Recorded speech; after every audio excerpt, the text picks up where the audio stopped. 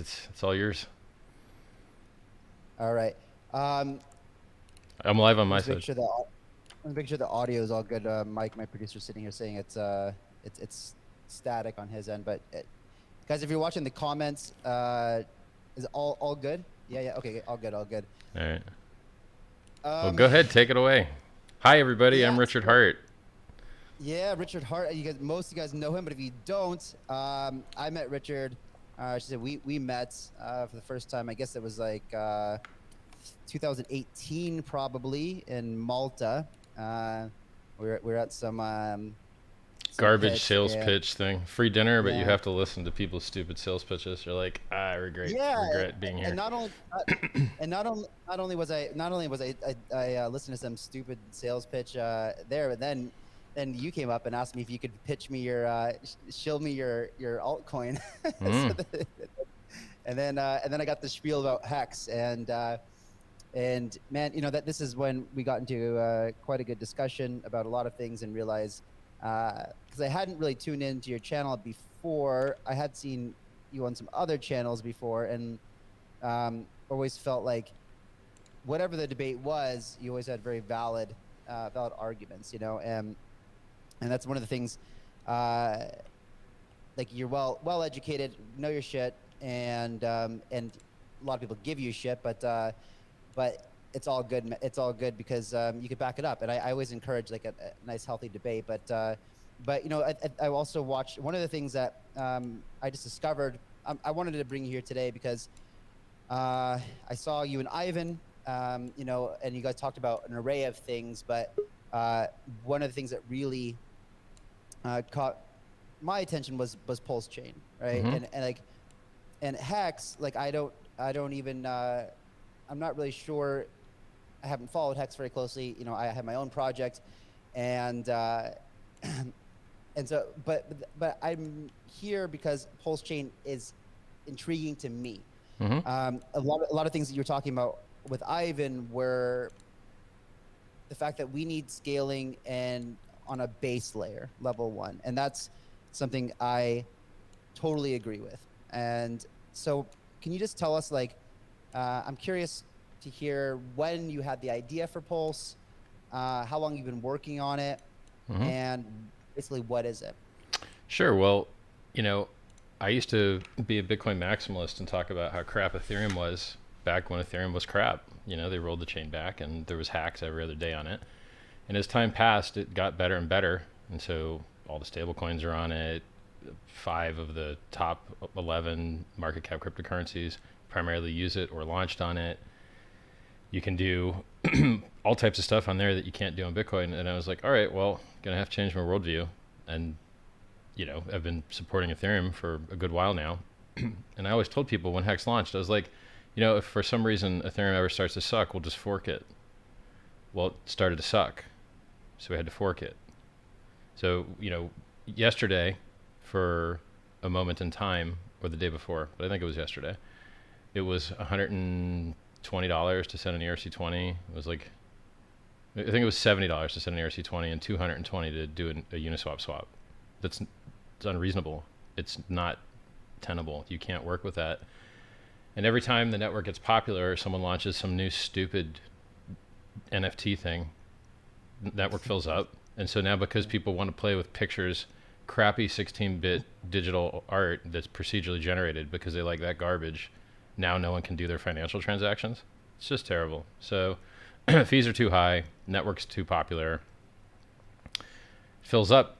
So I said, all right, let's increase the throughput, decrease the latency. So 3-second blocks instead of 13-second blocks. There's 4x throughput right there for free. And then you can do much larger gas limit. So, instead of like a 12 million gas limit, you could have a 120 million gas limit, really. So you could have 10x the throughput that Ethereum has now. And we know this because there's other forks of Ethereum that have already done this. The difference is that they've got other problems of their own. So for instance, BSC is a fork of Ethereum, which has found success. Matic is a fork of Ethereum, which has found success. Matic has admin keys where they can steal everyone's money and leave it frozen forever with no time lock.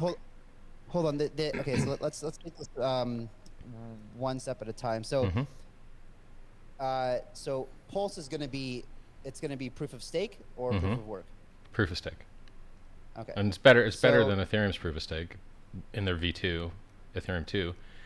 Ethereum's 2.0 proof of stake requires that you have 32 ETH to play, which means $64,000 more today. It's $2,300 ETH today, and you have to be a server admin to do it. So for 64,000 plus, probably 70,000 now, you can buy yourself a network admin, server admin job, and if your server goes down or Cosmic Ray flips a bit in your CPU, you lose money. That's not a good deal. So what do people do? They give their keys to someone else to do the mining for them, and those people lose the keys. And 100,000 Ethereum have already been lost that way. It's just insane. So our staking design is superior. Our tokenomics are superior. We burn 25% of the fees, and we have zero inflation. Our throughput is higher than Ethereum 1.0. So, probably higher than Ethereum 2.0, but we'll see.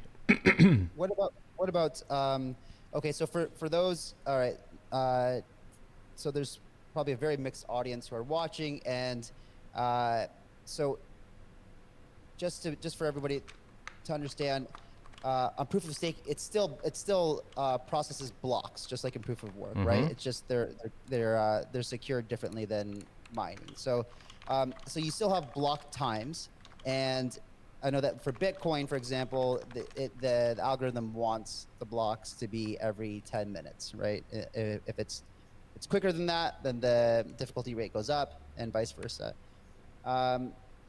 In Ethereum, right now, it's about, what, 15-second blocks, right? That's 13 average. That's what we have 13 average, okay. And those who, okay, we had this big scaling debate with Bitcoin back in the day, right? The SegWit versus bigger blocks, and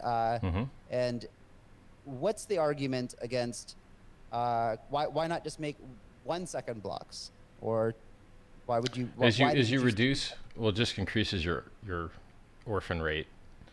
So when you're, I mean, it's like timing for an engine.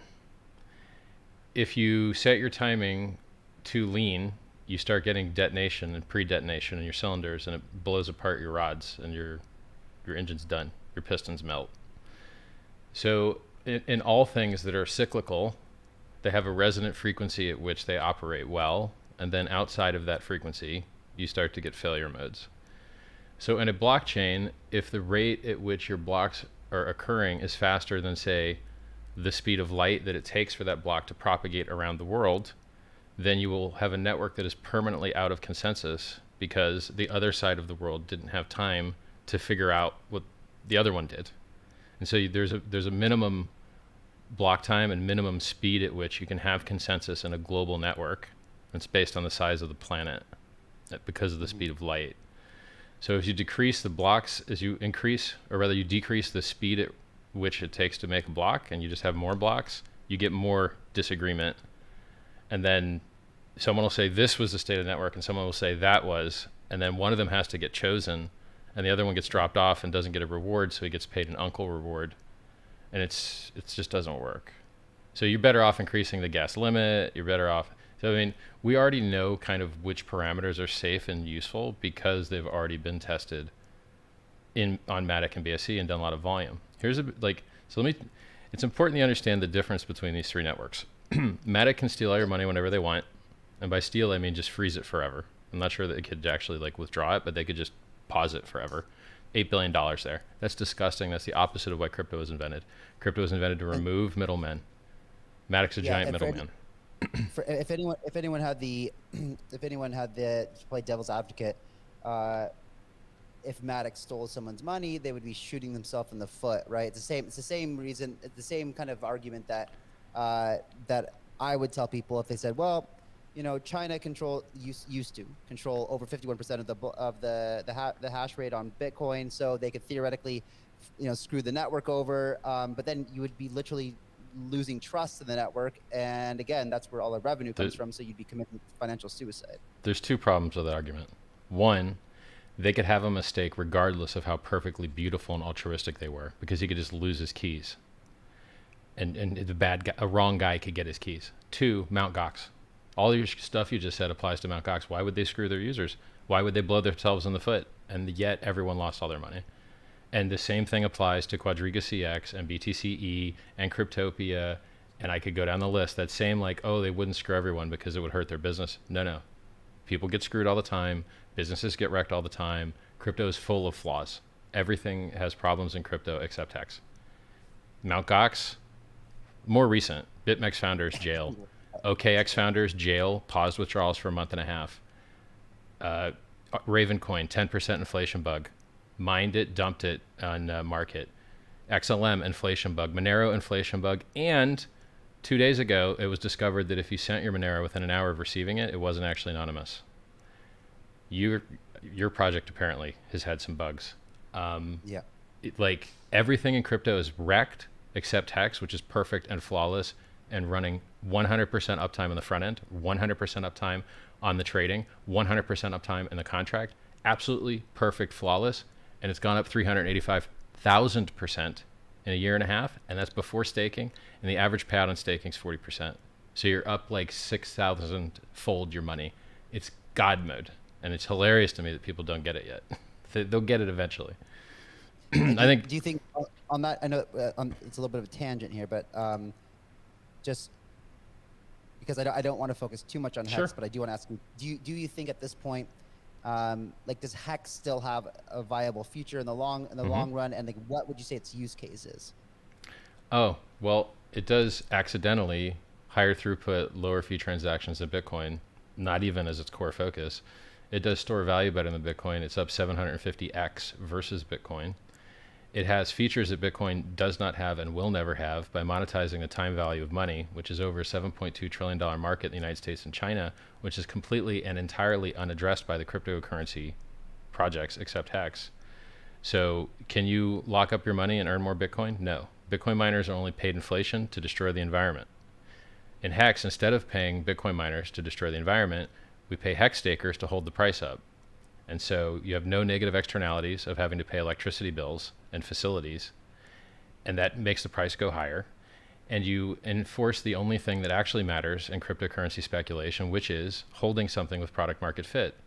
How many people got to ride Bitcoin from $1 to 65,000? Nobody, because they all sold. They thought they were smart selling the 10x or the 100x or the 1000x, but it did 6.5 million x. So HEX monetizes the only thing in cryptocurrency that actually makes people rich, which is buying and holding. And it's working wonderfully. Our average hold time is 5.7 years currently, and it keeps getting longer because people believe in the system more and more.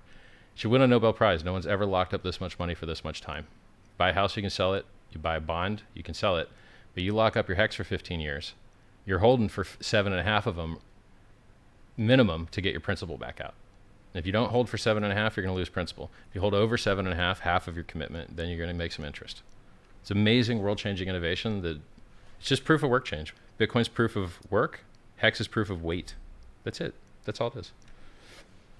Gotcha. Okay, back to where we were with Yep. Pulse. I mean, yeah. So, and one more thing about HEX. I know that there's a lot of people that are quote unquote sacrificing HEX for Pulse, or they have the option to do that. Can you clarify what sacrificing means? Yeah, sure. It's just basically giving you their money and buying Pulse, right?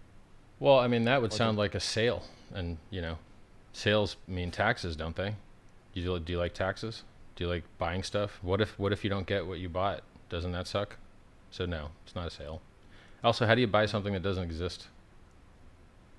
So, I mean, it's this simple. Bitcoin was given for free to me because I double-clicked an EXE on my computer.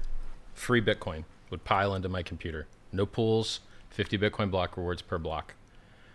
Then XRP was given for free to Bitcoin holders.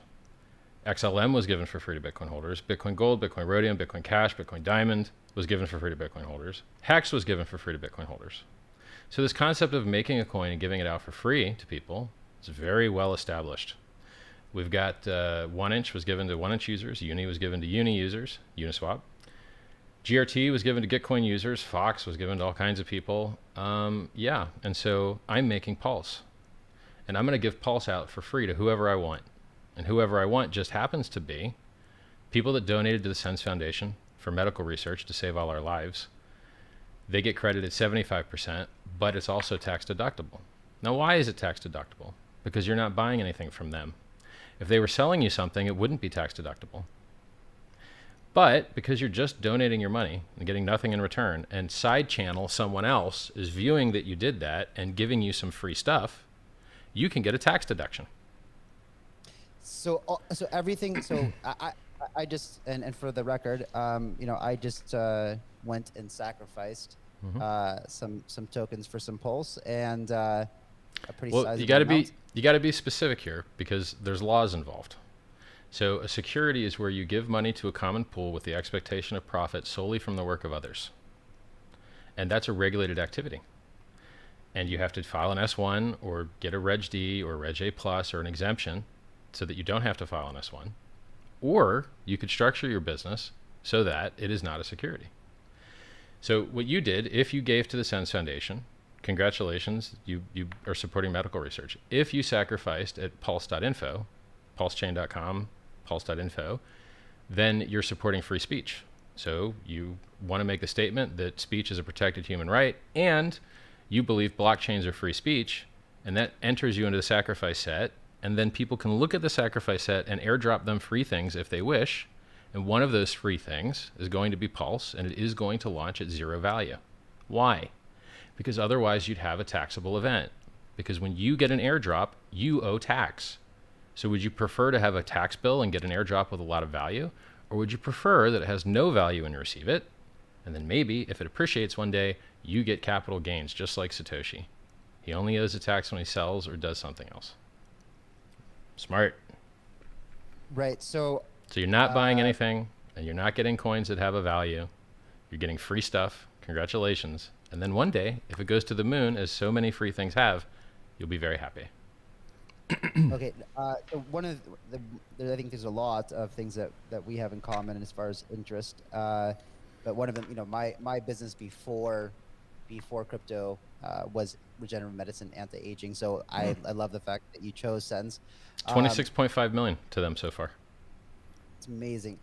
So just so everyone knows is watching this, and so I know actually, it sounds like one gets to choose. You choose, yeah. You can sacrifice to SENS, or you can sacrifice to those other addresses. Those are your options. How do I do that? The SENS option. You got to email them at airdrop@sens.org. You don't have many days left. You have 5 days left. And then it's over. That's it. So you've got 5 days left to email airdrop@sens.org and tell them that you're going to airdrop so they can give you like a special code to put at the end of your send so that they know it's you. Right? Like when you're going to send, okay, stick these numbers at the end of your send.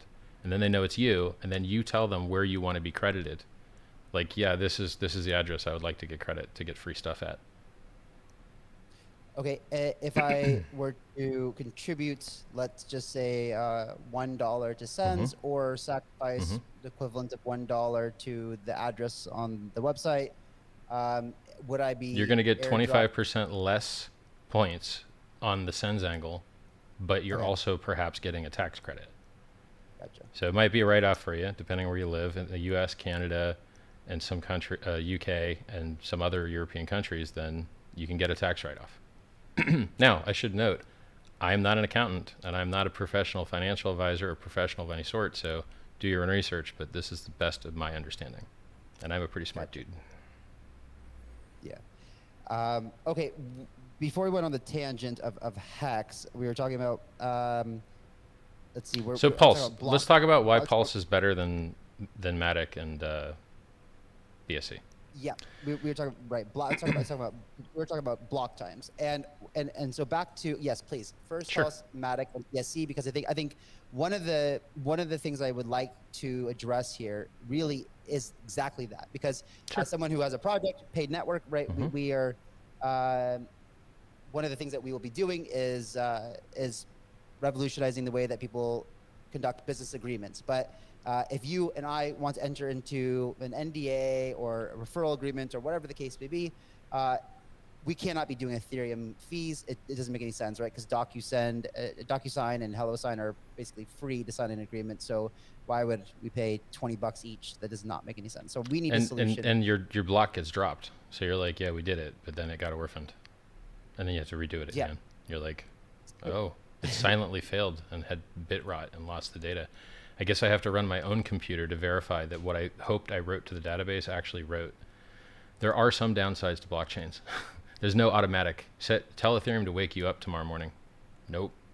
Sorry. Can't do it, mate. You're like, hey, I thought this was the world computer. You're like, well, it's good for censorship resistance, but everything else, man, it's not that good. So, yeah, Matic can take all your money or freeze it forever. Disgusting. BSC has 2 chains of attack surface. And if Tendermint Cosmos fails or if their ETH fork fails, the chain is wrecked. Our chain has 1 chain of attack surface because we did all the validator rotation and other things that you have to add in order to make a proof of work network become delegated proof of stake. We did all that on single chain. So we have half the attack surface and we have a fee burn of 25% of the fees. BNB does not. What they do have for a short time more is one guy, probably in China, who occasionally decides to burn some coins if he feels like it.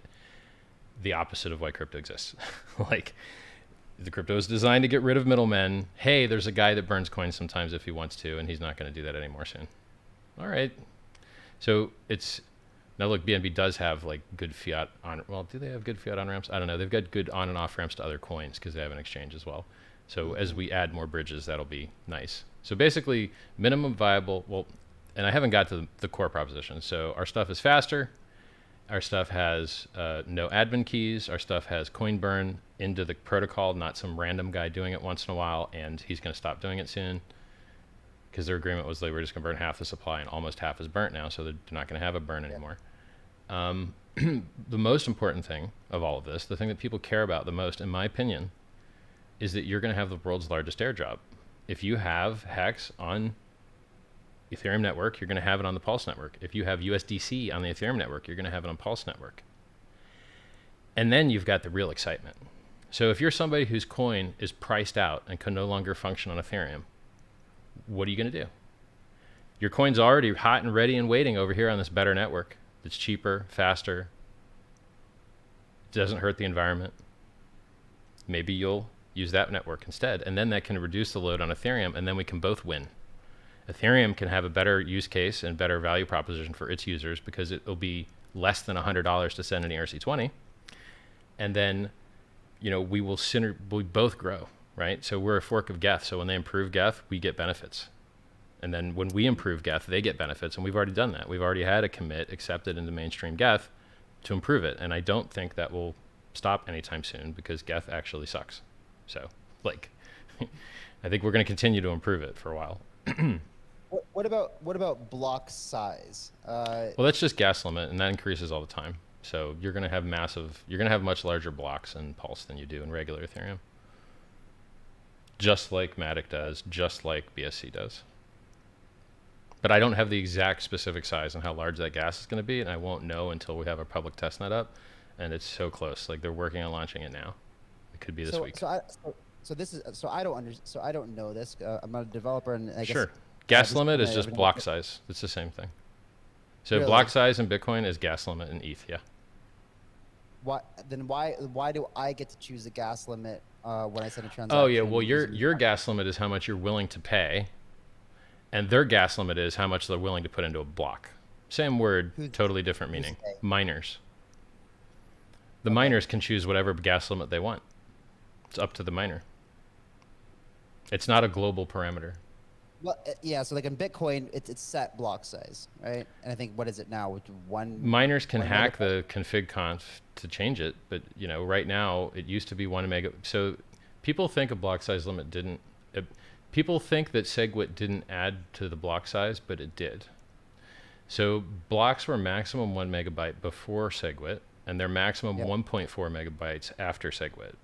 In effect, blocks did become 40% larger because they increased the weight size that WEIGHT that you could have. So in effect, SegWit was a 40% block size increase and an efficiency increase. Right. But Still, that's not still enough, and it's been no, years, no. and it's just stupid.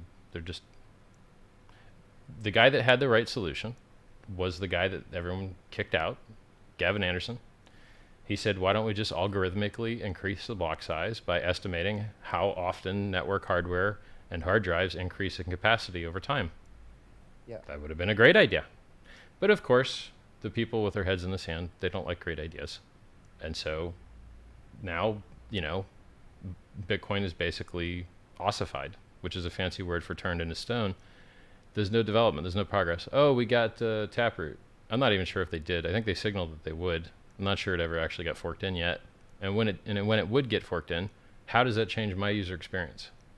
Does it still take over an hour to send? Yes. Does it still cost too much? Yes. Does it still dip 65% during COVID dip? Yep. Does it still get outperformed by every other coin in the top 20?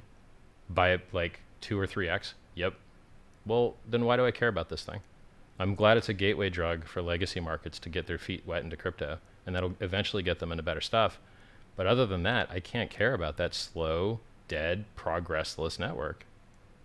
You want to get it? You want to get out of crypto? You want to get out of Bitcoin into a stable coin? Start sucking middleman D, because there's no way to get into a stable on chain. There's no trustless trading. Start sucking middleman D. Hope you like it. But if you're an Ethereum network, no middleman D needs to be sucked. It's better. Let's talk about this for a minute, because I think this has nothing to do with Ethereum network, but has everything to do with Bitcoin. So we have, what about this idea of like dynamic blocks, and why wouldn't we just adjust? Well, blocks first of are all, already dynamic. Blocks are Well, they're already not. dynamic. Yeah, they are. The size is fixed, right? You just said 1.4 No, megabytes. nobody's size is fixed. That's just a maximum. Everybody's blocks are already dynamic. If there's not enough transactions, the block is just smaller. They don't bloat it up with extra data to like for a laugh. Right. So why not make it dynamic in the fact that there is no max on the block? Is that? Oh, because someone will just attack your network with a block that's too gigantic that hangs the network, and then you're like, oh, we're stuck. I'll just go do a 2 terabyte transaction, and everyone's like nodes will fail. There's infinite demand for free storage. So as you try and make storage quote free or cheap, it will be abused, and it's not tenable. Like you can't give everyone free storage. Remember, when you write to a blockchain, you're writing to thousands of hard drives all over the world at the same time. Yeah. And so you need to have a cost. The cost can be cheap, but there needs to be one. So what do you think that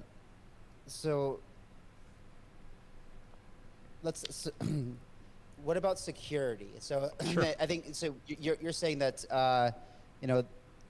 that basically you're not really a fan of Bitcoin anymore, and it is it does suck that that we don't have more innovation in Bitcoin. I understand people. I understand the time it would take to innovate. However, it seems like people have just accepted the fact that we're not going to have scaling on the base layer, and that's a huge problem, because that's what we need. We need that base layer security, and I think that's something that, why I think that's the reason why I've got interested in Pulse, because layer 2s are bullshit. I mean, Currently they are bullshit. Yes.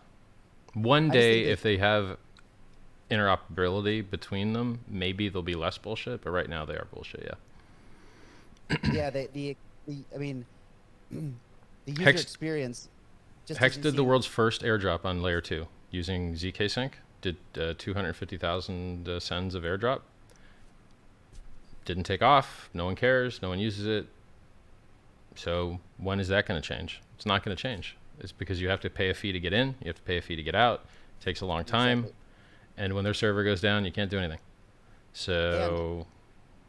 And honestly, for those of us who are building applications for the real world, and we want our applications to be used by people that that don't right. The whole goal is to be able to make our applications adopted by people all over the world that don't have to be super technically crypto savvy to do it. The fact of the first time I did Ethereum transaction using some other protocol, the fact that I had to have that token plus Ethereum for gas was confusing, and the same thing the first time I went back to BSC, oh shit, I have to have BNB for gas. Like, that's just not something that I think we can expect your average person to adopt and use it. It's just clunky. Sure. And it's not. So this is why. You want some fun thought experiments? Here's a Yes. fun thought experiment for you. Crap in crypto tends to have a value. Absolute comedy crap. Change the JPEG has a value. Yeah. Pictures of dogs has a value. You're making fun of Bitcoin network, you should see the Doge network. It's worse in every way than the Bitcoin network, but it's outperformed Bitcoin by 200 to 1.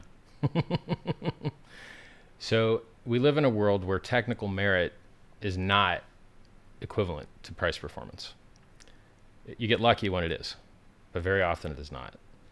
So what happens when USDC gets forked onto Pulse, but is not redeemable for dollars?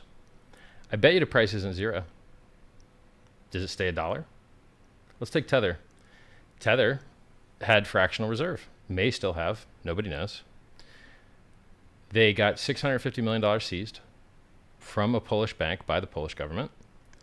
Then they had a token sale, the Leo token, to make up the difference. But they were fractionally reserved and still held their peg. So how fractionally reserved can a stablecoin get and still hold its peg? Will USDC on the Pulse network be worth $1? I have no idea. Will the admins that control the admin keys for those fake cryptocurrencies just invalidate them all and risk having their users sue them? I have no idea, but we're going to find out real soon. We're going to find out real soon.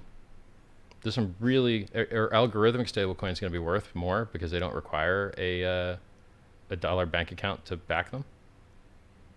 Don't know. I can't wait to find out. This is going to be crazy. How many people are going to spend their time being rewarded as a liquidity provider to arb the difference between ETH versions of tokens and Pulse versions of tokens? How big does that market get? What is, you're just like, wow, there's a lot of really cool stuff going on here that's never been done before. This is innovation. This is going to be exciting. So what about all the other ERC20s? Like, we've been looking for, looking at scaling solutions for paid, like I said, right? So you're coming over, buddy. You're going to have paid. You don't need to do anything. You don't need to do anything at all.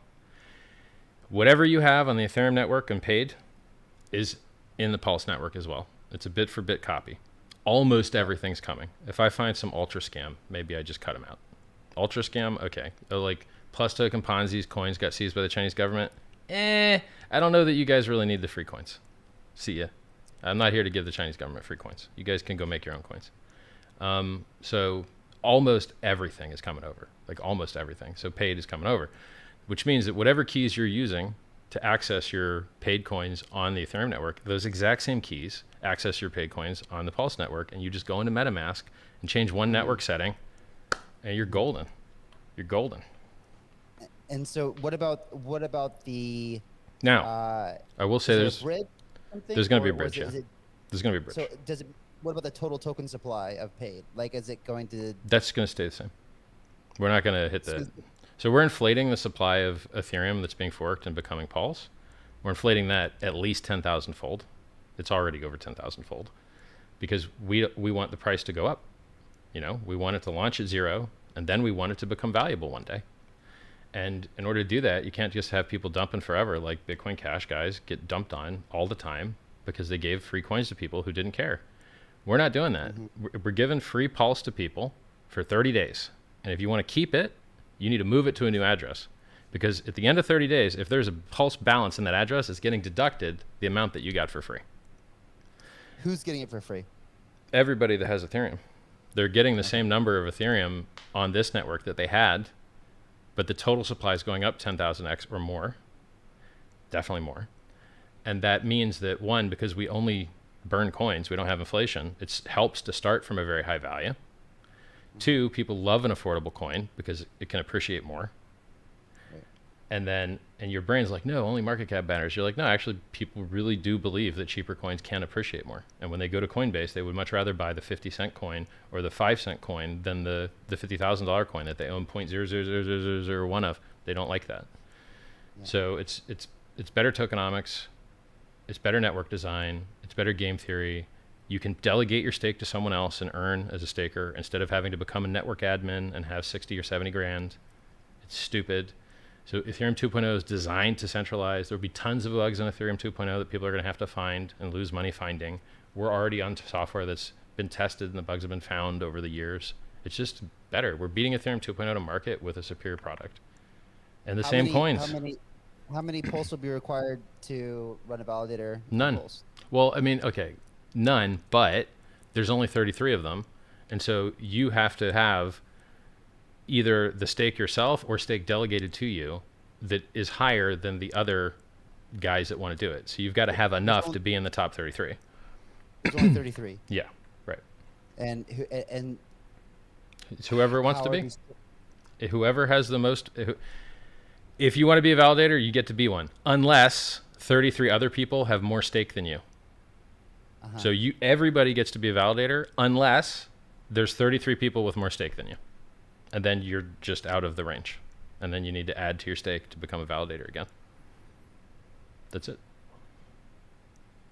It's awesome. I love it. It's so good. A lot of people hated HEX, love this. It's funny. Because this is easy to understand. It's Ethereum, but better. HEX is like, what is this thing? We've never seen anything like it.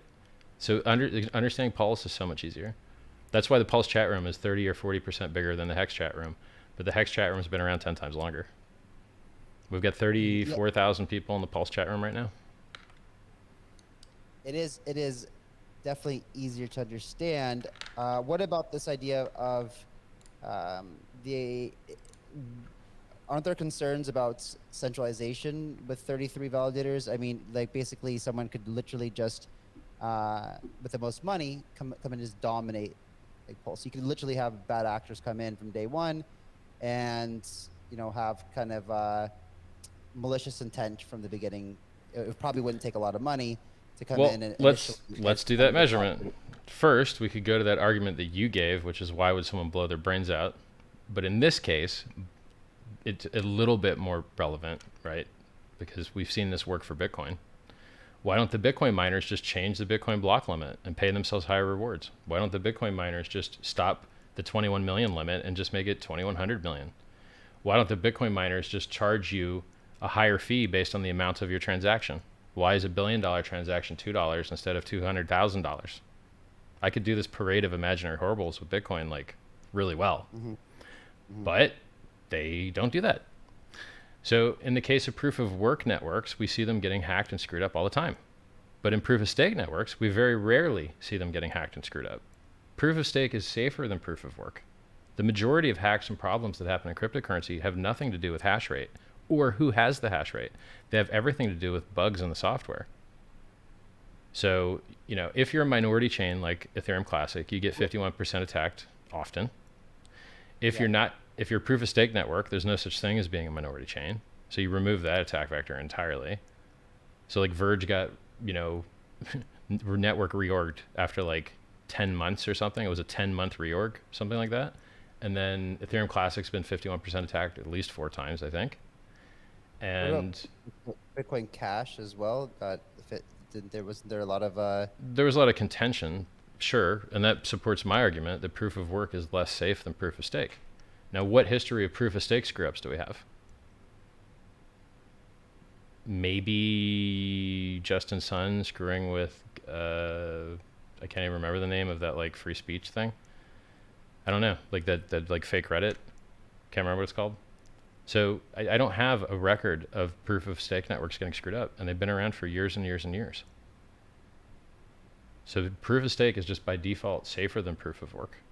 And by the way, to cancel your one guy runs away and takes over forever, validators can choose what percentage of the rewards they give to people who delegated them stake. And so the most efficient places to put your stake are in the validators that have the least overhead, because they can afford to pay back the most percentage of the fees. Okay, And so that's interesting. So you're going to have basically the a validators mechanism that makes you want to give it not to the top guy. they're going to be able, the validators will be able to decide how much they want to give back Right. to. Yeah, and then you chose the validator with lower cost basis because he has a higher margin to be able to reward you, and that means that he doesn't have to like borrow as much or have as much overhead to get all the stake, and so you're always kind of rewarding the guy that's not the biggest guy, and then that helps decentralize the network. That's interesting. Yeah, there's some really cool stuff in here. What do you expect the transaction fees to be? Almost nothing until it fills up and people start loving it and the price goes to the moon. Like the fees will be very low in the beginning, and then they will very likely tend to increase over time as the value of the network increases, and that's it. Like every single blockchain fills up at some point. Yes, we are better than Ethereum. Yes, we are better than Matic. Yes, we are better than BSC. But eventually one day the network will fill up. Now I've already got some more scaling solutions, such as rotating off of Geth to another software that performs the same functions. And that could happen maybe 6 months after launch. You wouldn't want to do it now, but maybe you don't want to do it until you really need the extra throughput. So you can just kind of scale into it. But I've already got a solution that could get us even more throughput by changing things in the software layer. Because there's a lot of decisions that were made that aren't optimal. For instance, Level DB was right optimized, but blockchains spend the vast majority of their time doing reads, and so it's just the wrong choice of interior database structure from the beginning. There's all these other optimizations you can make that you just need time and devs to do, and we know what they are, and some people are working on already. So, we've got extra scaling available to us beyond just increasing the block size and decreasing the gas limit, or decreasing the block time. So we have other scaling things up our sleeves. We'll be lucky to need them. Let's go take over the world and get a zillion billion users, and then we'll need more scaling. It's like taking steps, right? Like get scaling, add users, scale some more, add users. You got to do both. If you're not adding users, what is this? Extra bloat from bots? It's all about the users. Yeah, that is a good point, but it should always be on the base layer. That's the selling point. It's the best. Is that it's the best. Yeah. And to tell you that, I've used some of these 2-token network systems. Someone sends you some token. You're like, great, let me get rid of this thing. Crap, I can't. I have to have this other token. And so now you have to perform 2 transactions for every 1 transaction when you have a dual token system. And that sucks. It sucks. It's part of the same reason why ZK rollups suck. You're like, yeah, you want to get in? You want to get out? All right, that's 2 transactions on the mainnet. Same with Lightning. You want to get in? You want to get out? That's 2 transactions on the mainnet. It sucks. And so a single token system, we know it works. We know it works very well. It works very well for Ethereum. It works very well for Bitcoin. I'm happy with the single token decision. Because when we were designing this, we could have gone dual token, and it's just simpler, faster, and more convenient to have 1 token instead of 2. To me, it's all about the user experience. That's exactly what we need. So that's why I'm interested. Back to the our paid example. Will and the supply. I didn't really get the answer to this. Well, you're just gonna have the same coins with the same everything on 2 networks. So your supplies will be the same, your liquid coins will be the same. If you have staking, they'll be the same. It's the exact same bit for bit code. Yep, but I'm just saying, like, is there? So there's 500. Let's just say 500 million paid on ERC20. So 500 million paid on Pulse.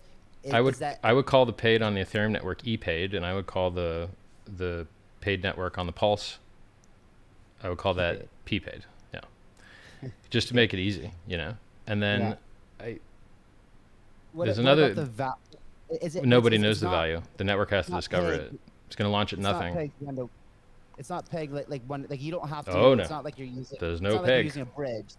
It's not like you're using a bridge. Nope. Not like we're using. You could still use a bridge. And people may still use a bridge. And if you're going to arbitrage E-paid versus P-paid, you would probably bridge over the e-paid, and then use the faster, cheaper transactions in the Uniswap on this end to do the ARB and figure out the value for e-paid versus p-paid. That will happen on our side because it's cheaper. You could do the other thing. You could bridge p-paid over to the Ethereum network, but nobody tends to do that because it costs too much over there. So another thing. So basically, we could just see theoretically a mass exodus, because if we have to decide, as a project where we want to, what we want to support, right? We have to decide, I mean, we're probably not going. It doesn't make sense for us to support both. That's weird, probably. I mean, I'm going to support both with HEX. I don't want to see cheap HEX anywhere. But if the market decides that they just like the p-HEX better, okay, you don't know what the market's going to decide. So, and if you're a founder, you might have more deciding power depending on how your project's structured. Like, there's a lot of projects out there that have admin keys. So for projects that have admin keys, you got to beg that guy to leave the front end up. You got to beg that guy not to steal your money. And then you got to beg that guy, like, hey, can you choose the better network? A lot of begging involved. For me, crypto is about not begging anybody for anything. Permissionless innovation is what cryptocurrency is about for me. I wanted to mention this to you because it's super important. The Uniswap people invented something very cool. They duct taped on the Uni token, which has no relevance to the actual project, which is stupid, unfortunately. But hey, it made people really rich, so fine. Made a lot of hexagons really rich. Hexagons made millions and millions and millions of dollars on that Uniswap airdrop. So thank you for that, guys. People love their duct taped on tokens. The Uniswap project will be receiving more benefit on Pulse because we're rewarding the original founders of things because their keys and their projects work on Pulse. Whereas other things that start empty, like Matic and BSC, make copycats that get rich. So QuickSwap's fork of Uniswap got to get rich on Matic instead of Uniswap. PancakeSwap on BSC got to get rich instead of Uniswap. And how is that a better world? Is it a better world that the copycats get to make all the money? Maybe, but it seems to me like letting the original founder guys have a chance at making some money seems nice because it was their invention, So I think the concept that you're going to have real Uniswap on the Pulse network is pretty awesome. Now, you'll likely also have a bunch of other successful fork things of Uniswap v2. I'm, probably going to make one myself. So, but it's still nice to know that the original Uniswap guys have a chance to compete and make some money on the network. But they're not making anything on BSC and they're not making anything on Matic. You are forking Uniswap, right? Yeah, everything. Well, we're going to fork Uniswap just because basically when the network launches, like a bunch of PRC20s get harvested to equalize the increased supply of the Pulse. So you have to fix the ratios, and then that thing's going to have a bunch of PRC20s, and then it should probably stick them in an automated market maker somewhere. And whether that's Uniswap or something else, Uniswap still does have an admin key that can turn on a 15% tax. So if that transaction's done before they can turn on their tax, then it's okay. But I don't really like the risk of them being able to turn on a tax whenever. So I think Uniswap v2 fork with the tax button turn on ahead of time or with no tax is a nice idea. Hey, I got to go do something real quick. Can I be back in a couple minutes? 2 minutes. Yeah, go for it, man. All right, I'll be right back. BRB, bro. Guys, if you're watching, make sure you like and share, and let me know what kind of questions you got here for Richard.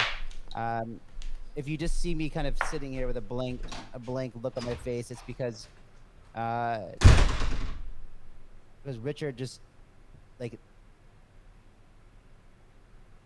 there's a lot of information coming in that I'm trying to process, and then they just kind of goes on to something else, and it's a lot to process because it's a very innovative yet challenging and thought-provoking kind of idea. I mean, this is what Richard is known for, is really kind of challenging status quo or going against kind of the main narrative.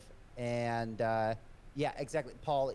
I also kind of find it hard to follow at times, and this is, I don't know if it's kind of one of his strategies or just is it just, you know, it's kind of like, you know, I'm not a developer, right? And so there's a lot of stuff that I don't quite understand during the conversation. So it's just like, I don't want to slow him down, but I'm trying to ask the questions that are relevant, you know, that probably 99% of the people listening to this want to know. Like what I really want, what I'm really trying to understand is like for paid network and ignition,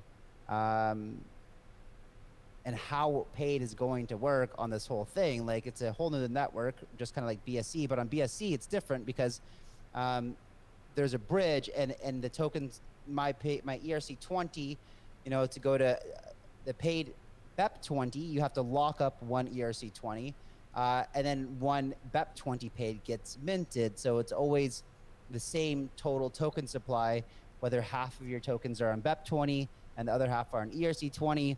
I know that the total token supply is always going to be the same.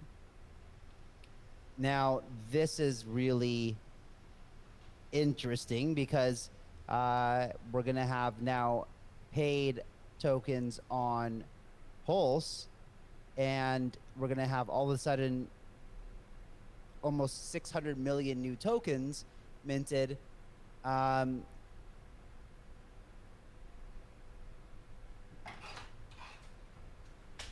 So what are we gonna do with it? We need to really describe like. Yo, I'm back. Okay, so Richard, I think we need to like really try to dumb things down a little bit. Not only Sure. for myself, like the audience definitely says like this, like please explain like a 6-year-old would understand. Like put yourself in my position. Sure. Okay. As a founder of Paid Network, we have this IDO launch.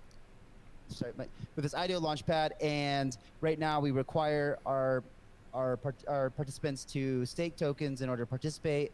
There's different tiers, blah blah blah. And now all of a sudden, Richard Hart comes out with this Pulse thing, and he says, "Hey Kyle, you know, you guys are gonna have your token, and everybody that has your token is gonna get airdropped in the equivalent of your token on our network." And so I'm now what would you do if you were me as far as making decisions on? I think you should let the free market decide which network they prefer, and so you just instruct your users on how to switch to the Pulse network in MetaMask.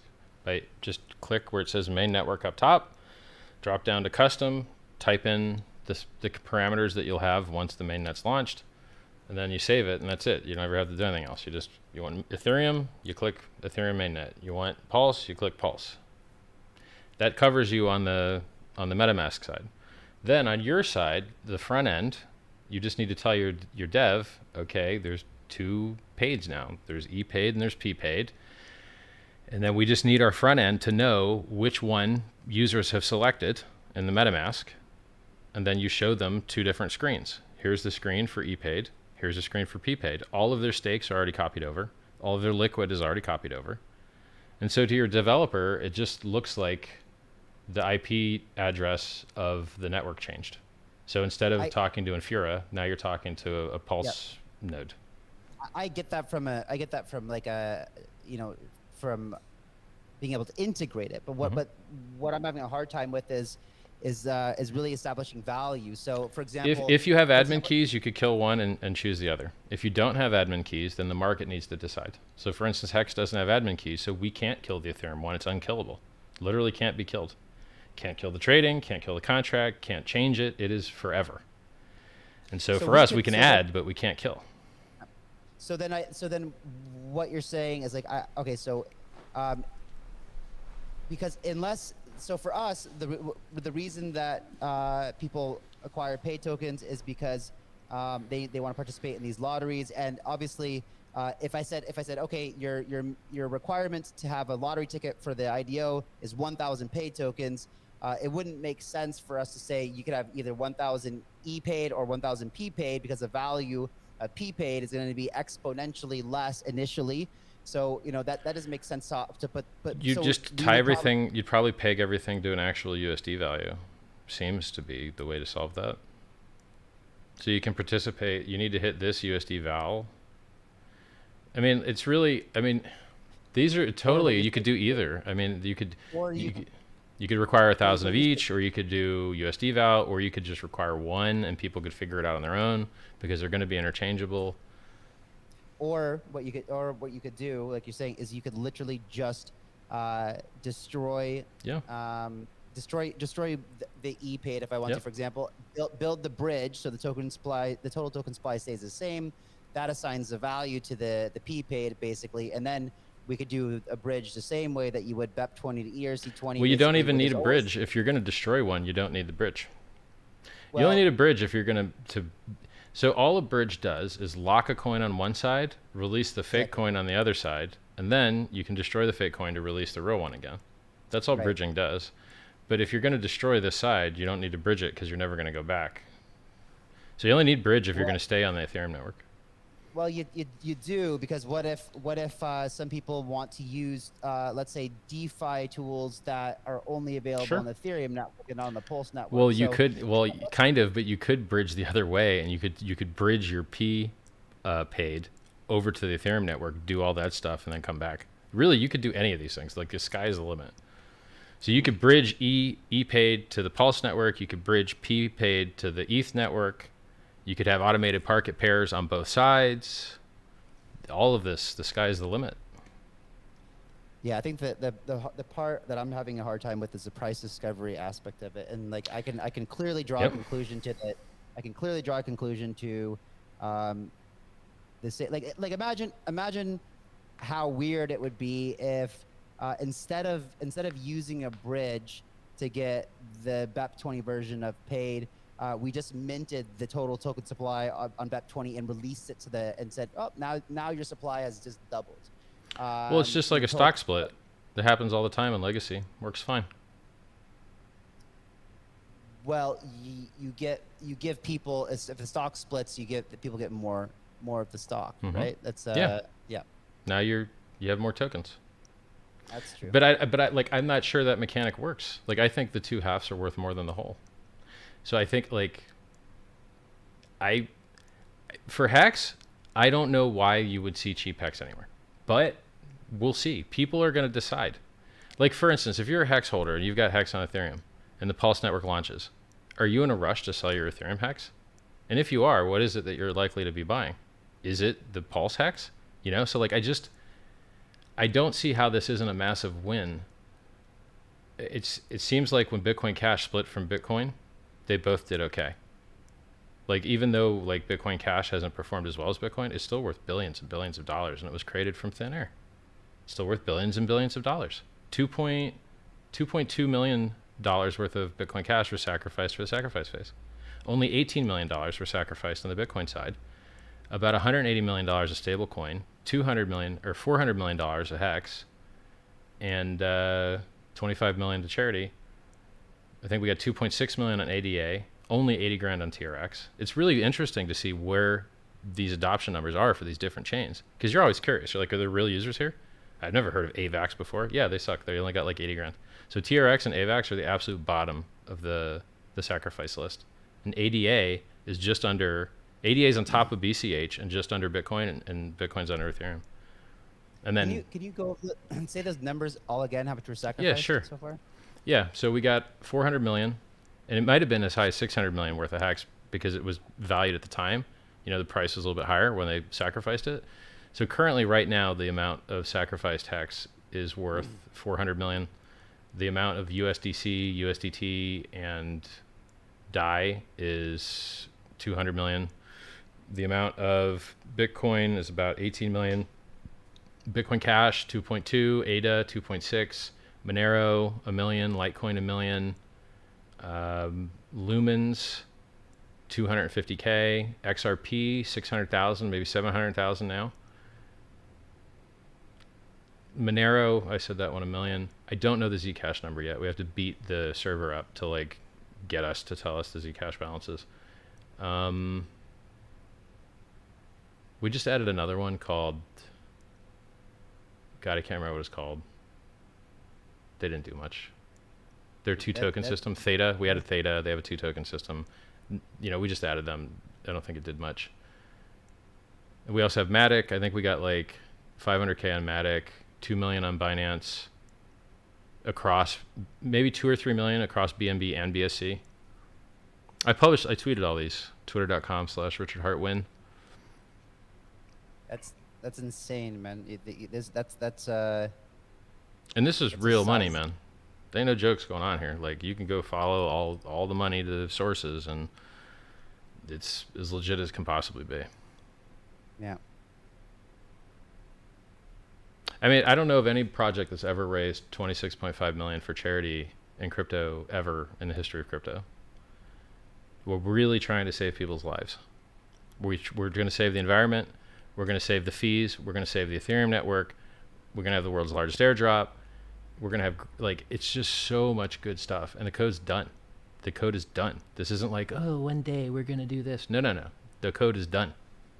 Like, public testnet is being massaged. The servers are being massaged to be able to launch.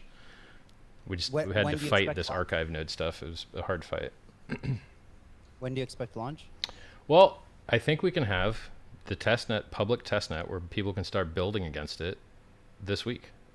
I mean, if not next week, because we're just doing server things right now, you know?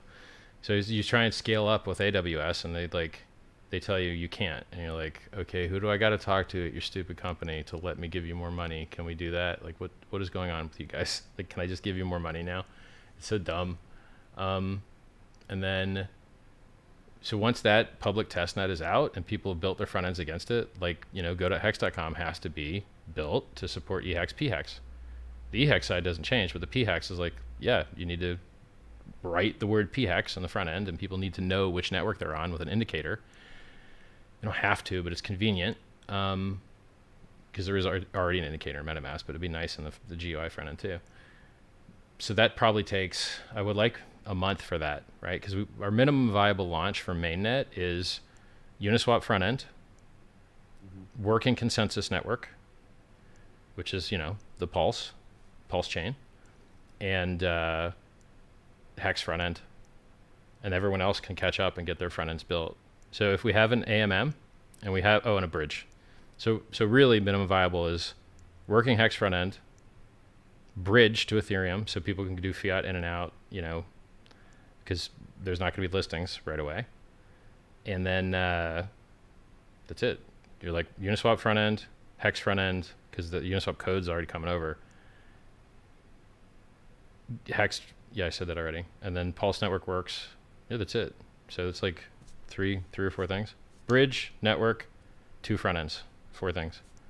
And that, you know, we're off to the races. You do mainnet then. So I think we could have mainnet in 2 months. And I mean, so I don't know how, if there's any regulatory bodies listening to this, forgive my choice of language. And Richard can definitely correct me to make sure that it's voiced correctly. But you just basically raised something like $800 million, and it's not even done yet, right? Like, well, I will say that a lot of money has moved hands from the people that used to have it to other people now. Pocket. Those are your words. Your words. That's my words. Hey, I don't work for the SENS Foundation. Right. That's insane, man. So with that being said, I mean, obviously people are, that's a lot of demonstration of value. People are believing that this is going to be worth something. I mean, it's a shitload of money, to raise. I don't like, and I think we could have done better. And I hope that we still do better. You did phenomenal given the state of the market. You know, I mean, like, you probably would have done a 6x on that had you started this when Bitcoin was at 60K. Well, man, the problem is that I knew that was the top, and I tried to hurry up, and I called the top on the day, and that's why I'm a little pissed. Is that I called the top on the day. I brag about it all the time. I called the top, and I told you last cycle, Ethereum topped 27 days after Bitcoin did. This cycle, Ethereum topped exactly 27 days after Bitcoin did. Exact same thing. And so, yes, it sucks to have known the top was coming and not been able to get out a little earlier. It sucks. But that's how software is, man. Takes time. But I mean, so I imagine that the team, whoever that might be, and on a website, I think you said there's 3 developers, so I'm guessing the team is you plus 3 people, but it's basically you. And so I'm sure that you're gonna get like the team. If you look at token metrics, you're probably the team is getting what? What's the founder's reward here? 20% or something of the total token supply, or if in the supply, the only people that are getting Pulse are the sacrifice set, which you need to sacrifice to be a member of. There's 1% that can be minted for somebody to do whatever they want with and waste how they wish. And that's it. So, and well, I guess there's the freemium guys that get less than 1/10,000th of the supply because they had Ethereum, and so they're getting freemium Pulse that they'll lose even that. The 1/10,000th of the supply, we're even taking that away after 30 days. So move it if you want to keep it. Yeah, so as far as like founder rewards go, you know, I can't use that language, but I can just tell you there's a 1% someone can mint, and you will expect no expectation of profit from the work of others, and they can do whatever they want with it. Right.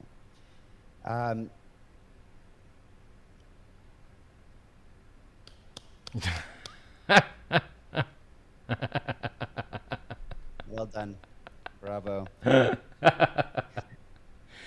Yeah, I need to go on a hiring spree, man. There's so many things that like I shouldn't be editing my own YouTube comments. I should like I just now added someone, like I just added Hexologist so that he could make thumbnails. So now instead of me going into Paint and just typing text over my picture, now, you know, we've got a graphic artist doing thumbnails. Like I just man, your thumbnails are horrible. I know, they're disgusting. I don't even edit the videos. If there's like pauses in the beginning, I just leave them. Like it's just no effort because I'm busy doing other stuff, right? Like I've only got 70,000, 65,000 followers on YouTube. I got like 92,000 on Twitter finally. So should crack 100K soon. That'll be nice. Because we deserve more followers, right? Like we're here changing the world. I raised $25 million for charity. Can I get a fucking interview on Legacy TV, please now? Interview time. I got $1 million of watches here. Can we have a fucking interview? Yeah. Like, sorry for the cursing.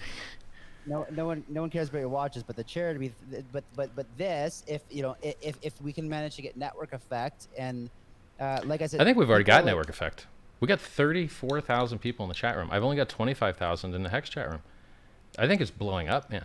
Wait till people get free, the biggest airdrop in the world. They're gonna get addicted. Oh, you like paid on ETH? Well, you want cheaper paid? Because I bet you might be able to make more gains on cheaper paid. There's a huge value proposition there. Maybe unless we. You could nuke one side, sure. Yeah. Huh? You could nuke either side, yeah. It's gonna come. Yeah. It's gonna come. It's gonna come down to the project management to decide, especially if the project, which one, or if they want to somehow try to figure out how to accept both. Yep. But that's what I'm saying. If there's network effect, if there's a mass exodus from Ethereum, you know, which we saw that on BSC, and which goes to show you that people like Bitcoin. I think Bitcoin has secured its place as at least a digital gold. There's just no competitors even close to it. But from a smart contract, Ethereum has 20% of the market cap, doesn't it? That's pretty close, no? Ethereum was a 2x away from flipping it, actually. Ethereum was only a 2x. Go ahead. But what I'm saying is that there's a diehard loyalty to Bitcoin. And I think people thought that about Ethereum as well until BSC came around, and then we saw a mass exodus from Ethereum to BSC because there was no loyalty to Ethereum. It was just the only game in town. Yep. I don't feel like that's true about Bitcoin, for example. And this is why I've been so bullish on the Polkadot ecosystem, because I thought that we definitely needed a layer 1 solution that made sense and that was built to be future-proof. Which I don't agree with the people that think that Ethereum has secured its place as the smart contract platform. I agree. There's no way. Yeah. It's a multi-chain world now. 1inch operates on multi-chain. Etherscan.io operates on multi-chain. There's a BSC scan. There's some other scan. Everybody's doing multi-chain. HEX is now going to be multi-chain. So we are a multi-chain world now, period. Most of Bitcoin scaling is on Ethereum. The majority of layer 2 transactions for Bitcoin are on Ethereum. It's crazy. It's like, hey, Bitcoin guys, guess what? There's more cool stuff happening on Bitcoin on Ethereum. You can lend it. Yeah. You can trade it. You can you can do a lot of stuff with it there that you cannot do on your dinosaur network. It's so funny. They just don't listen. It's crazy. Because I teach, but they don't listen. How long have you been, like, when did you first get this idea for Pulse? Vitalik fucked us. I love Vitalik. He gave $4 million to the SENS Foundation in 2017. He gave $4 million to them only a couple months ago. He writes free open source software, very intelligent blog posts. But he fucked us on the gas. So they preemptively optimized something to screw half the users and benefit the other half. And so if you're an interesting application that needed to read from disk to do game business logic and game theory, like rewarding stakers, the cost to load data from the disk in Ethereum went up by 12-fold since HEX was first conceptualized. In the last fork, they raised the gas costs for HEX stakers by 2.6-fold in the last fork. What are you doing, man? You can't do that. You can't raise our cost 2.6x for a laugh. Oh, well, we're preventing this attack vector where someone could have a reduced cost to DDoSing the network by using these blocks structured in this way. You're like, no. You don't preemptively screw your users so that they might not get screwed by somebody else. You wait till somebody else tries to screw them and then roll out what you have to. You don't preemptively screw us to try and say you're protecting us. So he right 2.6 our gas. And so people were looking at their end stakes on the Ethereum network and they're like, so it's going to cost $1,600 to end a stake now? That's not okay. Oh, you want to on-ramp somebody? You want them to trade their coin for HEX on Uniswap? Oh, that's going to be $300. Oh, you want to send your HEX somewhere? That'll be like $100. Nope. None of that's okay. So even without the S-load increases, it was not okay. And then with the S-load gas cost increases, it's like, nah, man, I'm forking the network. We're done. I told you since the beginning, we're going to use Ethereum. It's going to be awesome until it's not. And when it starts to suck, we're going to fork it. And we forked it. That's it. I'm not going to pay $100 to send it HEX. It's not. So when did you? When was the light? A couple months ago. Just a couple months ago. Yeah. Yeah. I don't think this is a 4-month-old. I mean, look, I don't have a good head for time. Like I'm just so busy working. I don't know like what day it is usually. That's why I have a day on my watch. This one. And actually this one. So it's like maybe 4 months old, maybe 5 months old. You can see when the chat room was created, I guess. Like scroll up to the first post inside PulseChain.com, or look when the domain was registered. Do you have any idea the estimated throughput? I would just use the lower of Matic and BSC just for a safe bound, because we're all using Geth and we're all bound by the EVM transaction processing speed, and so we're all going to have similar throughput. That will diverge if we do some of those tricks I was showing you, but that's totally irrelevant until you fill up. Once you fill up, it matters. Which is what? How many TPS? I mean, I've heard estimates on BSC of like 200 or 300 TPS compared to the 7 that Ethereum does. Yeah. So this is not. So it's really like it's really like 30 times faster than Ethereum, not 4, because I'm just measuring. I just gave you the 4 because that's just from block speed, but by block size, you're getting a whole bunch more. So I would say that we're going to have at least as much as BSC. Yeah. So there's 200 going to have to TPS be probably. innovation. So there's still going to have to be innovation. It doesn't matter how much innovation you do. Bots will come and fill it up if it's profitable to do so. Like Matic was being arbed to death by people performing like 1 cent profitable arbs because their gas fees were so low, and now their blockchain is absolutely gigantic. So there's infinite demand for free storage. So every blockchain that has adoption will have a price that increases, and it's just a question of how many years you get until you fill out. No matter what. Period. I don't care what you're doing. Now I have other tricks up my sleeve, but I don't want to tell you what they are because I don't want to see anyone else use them. So I have another trick that'll get us like another 4x without having to do any code changes. Might have gave away too much there. But it's not the right thing to focus on. Like, price performance matters more. Price performance matters infinitely more than blockchain throughput, because you have a bunch of empty blockchains right now. Who cares? You want to go do cheap transactions? You can go do them on every blockchain, because every blockchain is empty except 2. There's only 2 blockchains that are filled up. Maybe BSC is filling up actually. Maybe Matic's filling up actually. So maybe there's 4 full blockchains now. But that's it. Every other blockchain is totally empty. So price performance matters more than throughput. Yeah, because everyone's trying to reinvent the wheel. And so we're not. We're giving you an extra wheel. I know. That's what I'm saying. But it's smart. It's smart. Yeah, it's very smart. I mean, that's, you know, I've worked with other layer ones like Hathor, for example, and you know, I'm speaking to another one right now, Parallel Chain. And, but every time you do that crap, you're gonna lose so much money finding out where the bugs are, man. Hey, it's new code. Great, then you got new bugs. Not only that, but there's been so much infrastructure built up around the Ethereum network that people use these things on the Ethereum network. It's not like I just use one thing, right? I'm all over the place on the Ethereum network. Yeah. And so you need to be able to access that. And I think just being able to use MetaMask is so important. You don't have to install a new wallet. You don't have to make new keys. No new keys. Yeah. Your existing keys work. Yes. It's so good.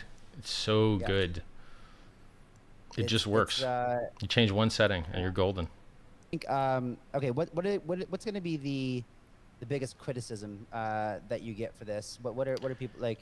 I'm sure you've already gotten it. Like, what are people saying? Centralization. And you're like, okay, well, EOS has 21 nodes. How's it working? It's working okay. All right, how many nodes actually matter in the Ethereum and Bitcoin networks? Only the mining ones. I don't think so. Maybe they have some gambling stuff, but I don't gamble, so I don't know about it. And then you're like, all right, how many actual mining pools are there in cryptocurrency? How many Bitcoin mining pools actually mine all the blocks? Like 4, 5? Because there's really 4 or 5 servers that actually matter. Yeah, that's what's up. Okay, and Ethereum too? Yeah, actually Ethereum too. Yeah. And then how many nodes are there in BSC? 21. And how many nodes are there in Matic? I think that's like ultra omega super centralized. It's not, people focus on the wrong things. And the answer to these is, okay, well, if those mining pools start to act funky, people will switch off of them. Yes, they would. And if the government starts kicking in doors to node operators, well, then I bet people just decentralize that more. Then you're like, okay, we're going to reduce throughput and we're going to have 3,000 nodes. Good job kicking the doors in, guys. No one cares. You know, so it's like, if pre-optimization is the root of all evil, to quote Donald Knuth, and you need to not make things, you need users more than you need throughput. You only need throughput if you have users, and you don't start over optimizing for throughput when you fix the problems you have. You don't fix the problems you don't have, because if you do fix the problems you don't have, you won't have the ability to fix the other real problems that you didn't know that were going to pop up. And so you have to efficiently use your resources, and you know, building your own wallet instead of just using MetaMask puts you behind market, a year. Building your own servers instead of letting Intel build the chips puts you behind like a decade. You're like, you use the things that you're supposed to use to be efficient. You know, we're not building our own CPUs. We're not building our own motherboards. We're not building our own firmware. We're not writing our own software code. We're not going to invent like a new Go language. So you use the parts of the stack that are ready and waiting for you, so you can choose your level of abstraction and kill at that level, and then do the next thing. You know. So look at my perspective. I built HEX, which is, in my opinion, the superior value storage and price appreciation application that's ever existed. So now I've got the app. Now I've got the network to run it on. 2 parts left, fiat on-ramps and MetaMask replacement. And then I've got a locked-in circular ecosystem where everyone else can go die. Bitcoin, what's that? I've never heard of it. We don't care about it. People come in on our fiat on-ramp, they use our network, it runs amazing, and we don't have to hear any crap about drama or stupidity about anything anywhere else. We live in the dream. We live on Fantasy Island where it's a constant orgasm all day long. We're so close to that. So we've got the app, we've got the network. I've already got an exchange license I've applied for. In 50 days, I guess we get an answer as to whether they say yes or no. Unfortunately, it's not in the States, so I have to work on that. And then just MetaMask replacement. And that's actually not that hard. If you look at what MetaMask actually does, it's not that hard. So I'll probably just hire a team of guys over the next, I think, I gotta wait till this phase is over. I think within the next 30 days, I can just start hiring spree to do a MetaMask replacement. And, probably, I've already got a guy kind of working on the AMM fork, but I need to check in with him. Yeah, we're taking over. Like, we're not dealing with middlemen any longer. It's disgusting. I'm in crypto for censorship resistance and permissionless innovation, and these gatekeeping pieces of trash disgust me. I'm out here saving everyone's lives, funding the research that will save them and their families, and they're demonizing me. I'm the guy that calls the tops. They're demonizing me while they're calling for $1 million Bitcoin. I'm telling people to be safe. And it's just crazy upside down world out there that guys that get you to trade in and out of coins and get beat up, get you to margin trade and lose all your money, those guys get listened to and say bad things about me, the giving tree of crypto, free self-help books, free self-help videos, free coins. I can't give anymore. And I want my respect now. It's time. Some people respect.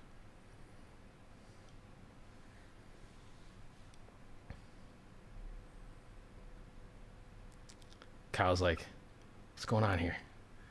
Yeah, man, I'm not fucking around. I'm here to take over, man. I am not fucking around. Who's got more money than me or skill than me? Who's a better marketer than me? Who's a better debater than me? Nobody. Who's got more uptime than me? Nobody. Who's got a better logo? Nobody. Who's got a better domain name? Nobody. It's done. It's over. We're taking over this shit. People don't have to endure the suck anymore. So tell me about the upgradability. If there's how do future upgrades get put into Pulse? Well, the validators just have to side channel decide what they're going to do to their specific node, and if a quorum of them decides to do it, then that's what happens. The same thing occurs in Ethereum. The same thing occurs in Bitcoin. The nodes just emergently decide what they're going to do. So just like the gas limit increases. Vitalik didn't say, go make gas higher. No, right. They did it on their own. So it's the same thing. Social consensus. All blockchains in the end are socially enforced networks. So the same social enforcement that lets you believe that the one ticker symbol is the only real ticker symbol, that is the same enforcement you use to decide on gas limit increases.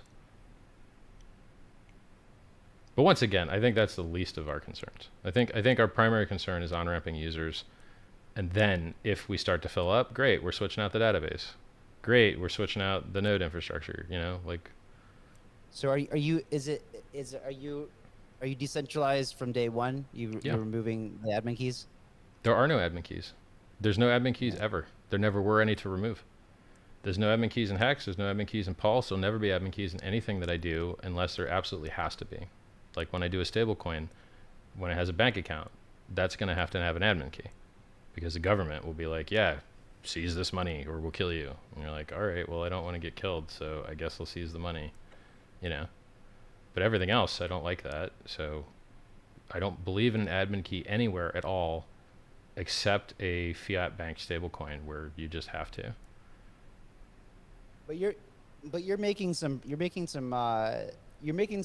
significant changes to the Ethereum network and launching a mainnet, all like from inception until mainnet. We're talking about what, 8-9 months? I mean, look, a lot of this work is done because BSC already did it for us. So for instance, this idea that you could just fork Ethereum and it works really good, didn't know that would actually work. Thanks, BSC. Thanks for the heads up. The idea of that thing that makes you reward the smallest validator that like to prevent the winner take all thing, that's directly from BSC. The size, like the validator set size and the throughput estimates, that's all from BSC. Now we're going to learn a little bit more once we're on our own public testnet here this week or next, but we already know what works and what doesn't work because they've shown it to us. So like we know that with enough users, the Uniswap info is going to be the first thing that goes down because it can't scale. So their Uniswap info has problems. So we learn from that, you know, and we can prepare for that. So like most of this homework was done by BSC, and we made it better because they used 2 chains and we use 1 chain. And so we had to write our own validator rotation code. We had to write our own staking code. We had to write our own staking front end. And now we've only got 1 chain of attack surface instead of 2, and we burn where they don't. And so it's better and it's awesome, but we definitely have benefited from their work for sure. What is it? What is a 2-chain model in BSC? Well, BSC doesn't have a native token. BSC uses BNB as their native token, and BNB lives on another chain. And so when you want to become a validator for BSC, you got to mess around on the BC chain. So there's 2 chains. There's Binance Chain and Binance Smart Chain. Binance Chain is Tendermint Cosmos, and Binance Smart Chain is a fork of Ethereum. And so they use this. Why don't they just get rid of the BC chain and that there's no one using it for anything? Well, I think they use it for a lot of stuff. It's integrated with their wallets and stuff. You know, they do use that in their ecosystem. But it was a kludgy hack for them to want to pump the BNB price to make that the native token of BSC, and then now it has twice the attack surface. And so to pump BNB, they basically made a less secure network. We don't have that problem. We're just making the native token the native token. So it's just better.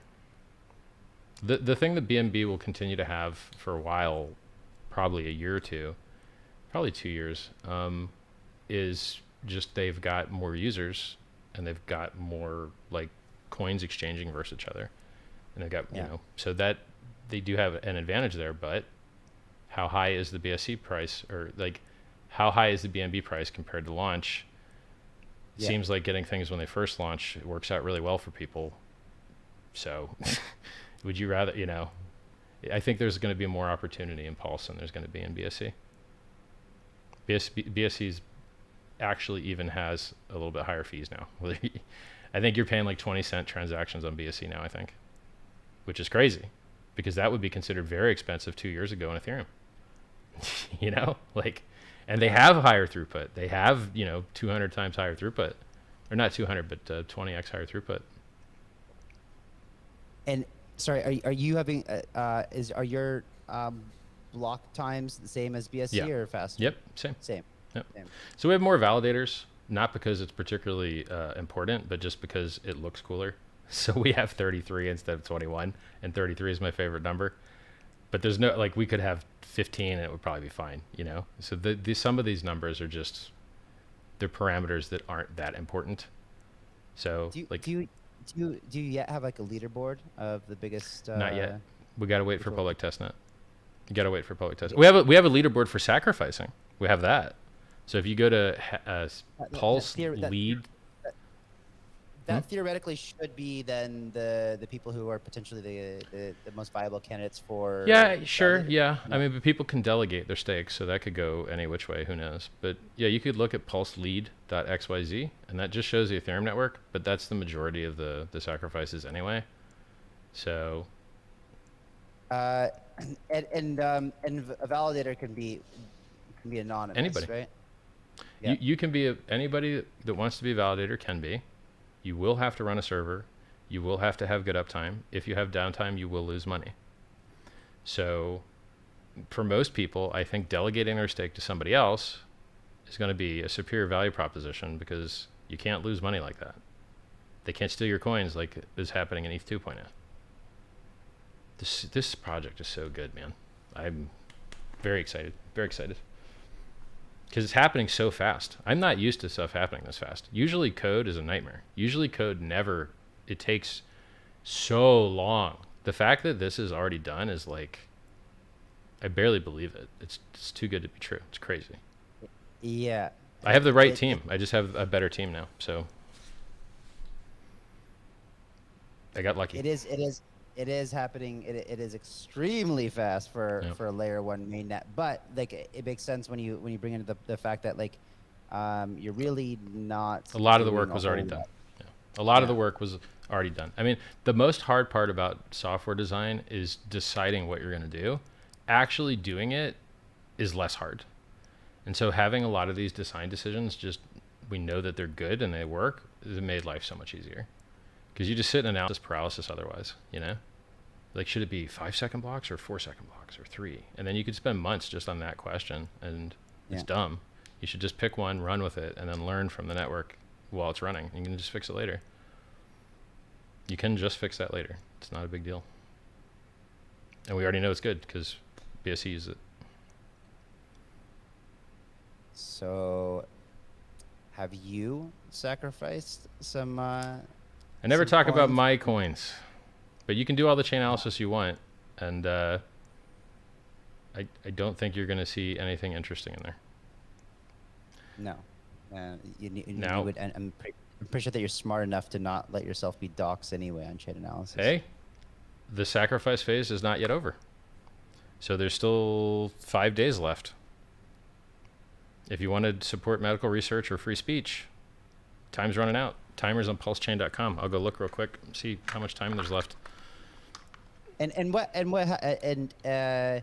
So explain to me the after 5 days. 4 days and 13 hours. I'm This is quoting you basically bad like numbers. This is basically a pre-sale of sorts, not a sale. This is a whatever you want to call it. What happened? What's it? What after like? And you haven't established a total supply yet. either, I'll work this. right? I'll tell you the timeline. Okay. Disclaimer: you must have no expectation of profit from the work with others. This is not a sale. You're supporting free speech or charity. That's it. You will get points. People can airdrop free stuff to that list of people that got points. Cool. So 1 point equals 1 pulse currently. And if you get in earlier, you get more. If you get in later, you get less. And whoever has the most volume gets more. Whoever has the least volume gets less. Now that stops in 1 day and 13 hours. In 1 day, 13 hours, 41 minutes, the volume ranking goes away, and there's just a Volume flat bonus. bonus. Well, there's still a bonus, but it's flat instead of weighted by volume. So the volume ranking is still switching. People are doing different stuff and fighting each other to get higher rank to shove other guys lower, so they get more coins in the top, and the other guy gets less coins, lower, or the same coins but lower. So that ends in 1 day and 13 hours. So actually, I should start telling people about that immediately. And is that based on wallet address? So like Yeah, it's wallet address and combines across wallet. chains. So if I Yeah. if I had sent multiple different coins, As from long as they're tied same to the same wallet- address, you're fine. Mhm. And from the same wallet on EVM networks, but crediting the same address on. So like with Bitcoin, we give you a unique address for each sacrifice. Right. And then we know that that sacrifice is tied to that address because only that address was given that unique thing. So, and then on some networks to support memos, you include your memo number, and that memo is tied to your address, and we know that that gets the points. But then on EVM networks, we can just see on chain that this sent to this, and then the thing that sent it gets the credit. So you can send from exchange with the memo or the unique address ones, but you cannot send from exchange on the EVM chains. You need to send from your own wallet. So if you're like sending from MetaMask, you need to send from your own wallet. And this is all on pulse.info. It tells you that there. So what's interesting is in 1 day and 14 hours, basically, it flips from a 2.5x maximum bonus weighted by volume to a 1.75x flat. So if you were a very small guy and you weren't going to get a big bonus in the rankings, then you might get more points for your USD val by waiting until this day and 14 hours has ticked over, because you're going to get a 1.75x volume bonus, which might make up for the 5% higher rate. So every day the rate goes up 5%. So I think it's, if you're a little fish, And this is somebody published a spreadsheet. If you go to t.me/PulseChain.com, somebody did this spreadsheet. Say that again. If you go to t.me/PulseChain.com, that's the chat room with 34,000 people in it. PulseChain.com. Okay. Yeah, they published a spreadsheet that says that if you're at this dollar value, you should wait till day 17 because the 1.75x flat bonus will exceed the 5% extra rate. But then, like, if you were putting in this amount, you're better off just jumping into the ranking one. And it's like, I don't have those numbers memorized, and I'd have to find the sheet. You should. It's a good sheet. I'm sure a lot of people here are curious to see that because I'm looking at the leaderboard. It's fucking ridiculous. You've got people have thrown in. The number one guy threw in almost $30 million. I gotta say that doesn't make me unhappy. I'm okay with that. I bet it doesn't, man. That's why is it 30 times the amount of watches that you have right now? And then from one transaction. And then one guy put in 10 million straight up from Coinbase into SENS, so he's got to be in the leaderboard too. But that leaderboard just shows Ethereum. And there's only 18 million total on the Bitcoin side, and I think maybe the largest sacrifice was like 100 Bitcoin, maybe. I can't remember. I think it was 100. Maybe it was $4 million. Maybe it was like the biggest single sacrifice on the Bitcoin side. I mean, I published how to monitor that address. Like, you install Electrum, you add the XPub, you change the gap limit to 1,000, and then you literally can watch the Bitcoin coming in real time. And if you want to watch the Ethereum side, or I mean, any of the EVM chains are super easy. I mean, I published all these links like on my Twitter, twitter.com/RichardHartWin. You can watch the donations coming in. And well, you can watch the donations on Sense Foundation if you go to their website and look up their addresses, and you can watch the sacrifices that go into pulse.info using those addresses I published. And most of the EVM chains are super easy because it's the same address. So Matic, BSC, and Ethereum are all the same address. For the Theta network, a new address was chosen because their wallet ecosystem is a little shady. So different address for those dudes.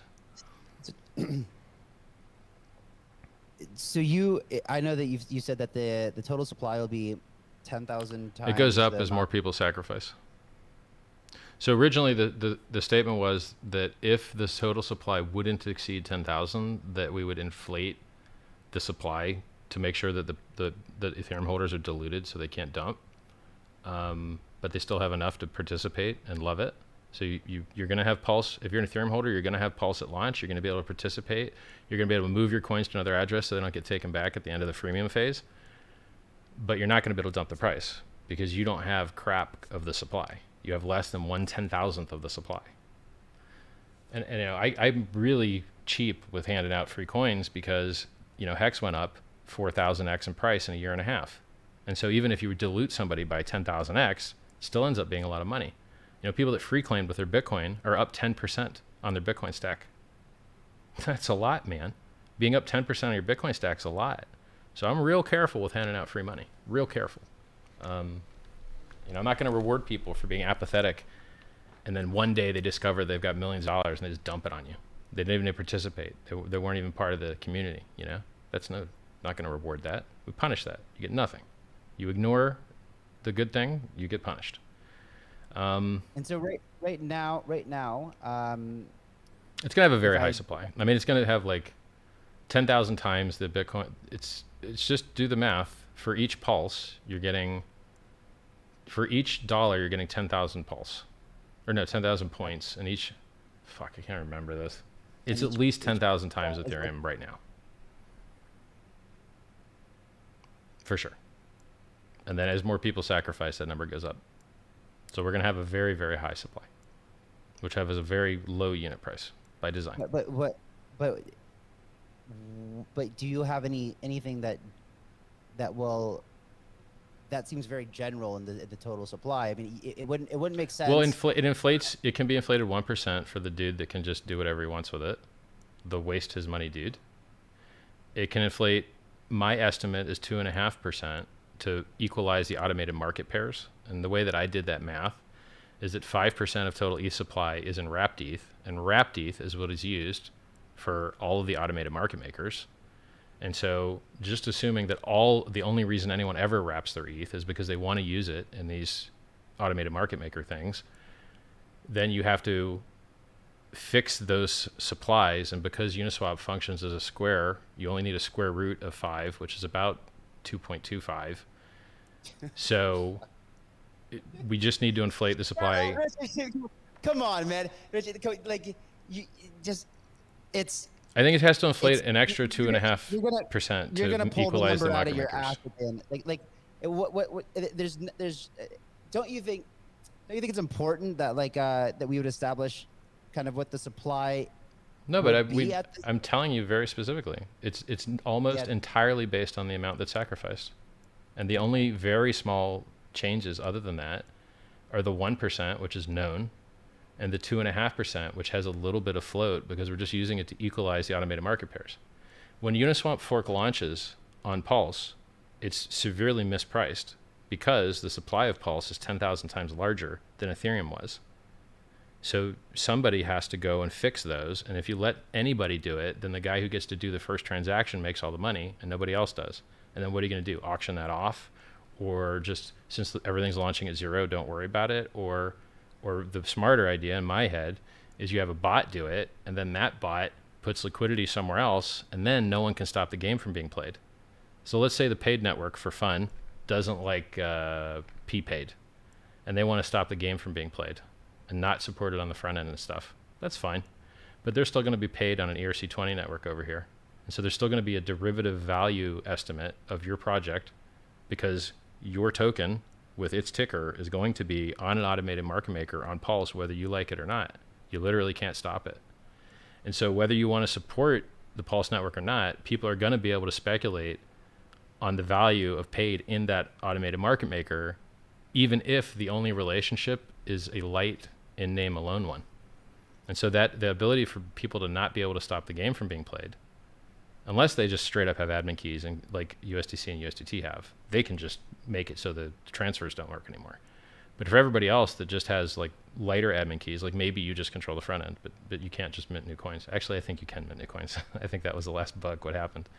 But in general, no, it was different. It wasn't that. You can't mint new coins. It's no. But. So I'm just saying that I have got a mechanism in here. So I've got 2 little tricks up my sleeve here. One is the people that had liquidity are not going to be able to pull it to stop the game from being played, because when this network launches, they're going to be missing some of it because it's going to be replaced with Pulse. So they're going to get more Pulse and they're going to get less of their PRC20, and that PRC20 harvest is going into an AMM. So no one can stop the game from being played except whoever has those LP keys. They could, but the old LPs can't. And then the other trick is I can help reduce Ethereum's load, or I can fuck Ethereum. If I want to reduce Ethereum's load, I single band make the primary bridge PLS, and then we do all the arbing on this side. But if I want to screw Ethereum, I open up wideband, 1 pair per pair, and go check out the O-notational scaling on trying to arb 10,000 new coins and 10,000 new pairs. Go figure out what that does and whose network fills up first. So if people don't want to be friendly, then I can wideband the arb, and basically the ETH network will fill up and we won't. And then they'll be harmed and will probably be benefited. Now, I don't want to do that. I want to do it the friendly way. And it also adds more value to Pulse if it's the bridge, you know? So I would like to have the primary bridge as Pulse and not open up a bunch of ERC, PRC20 bridges.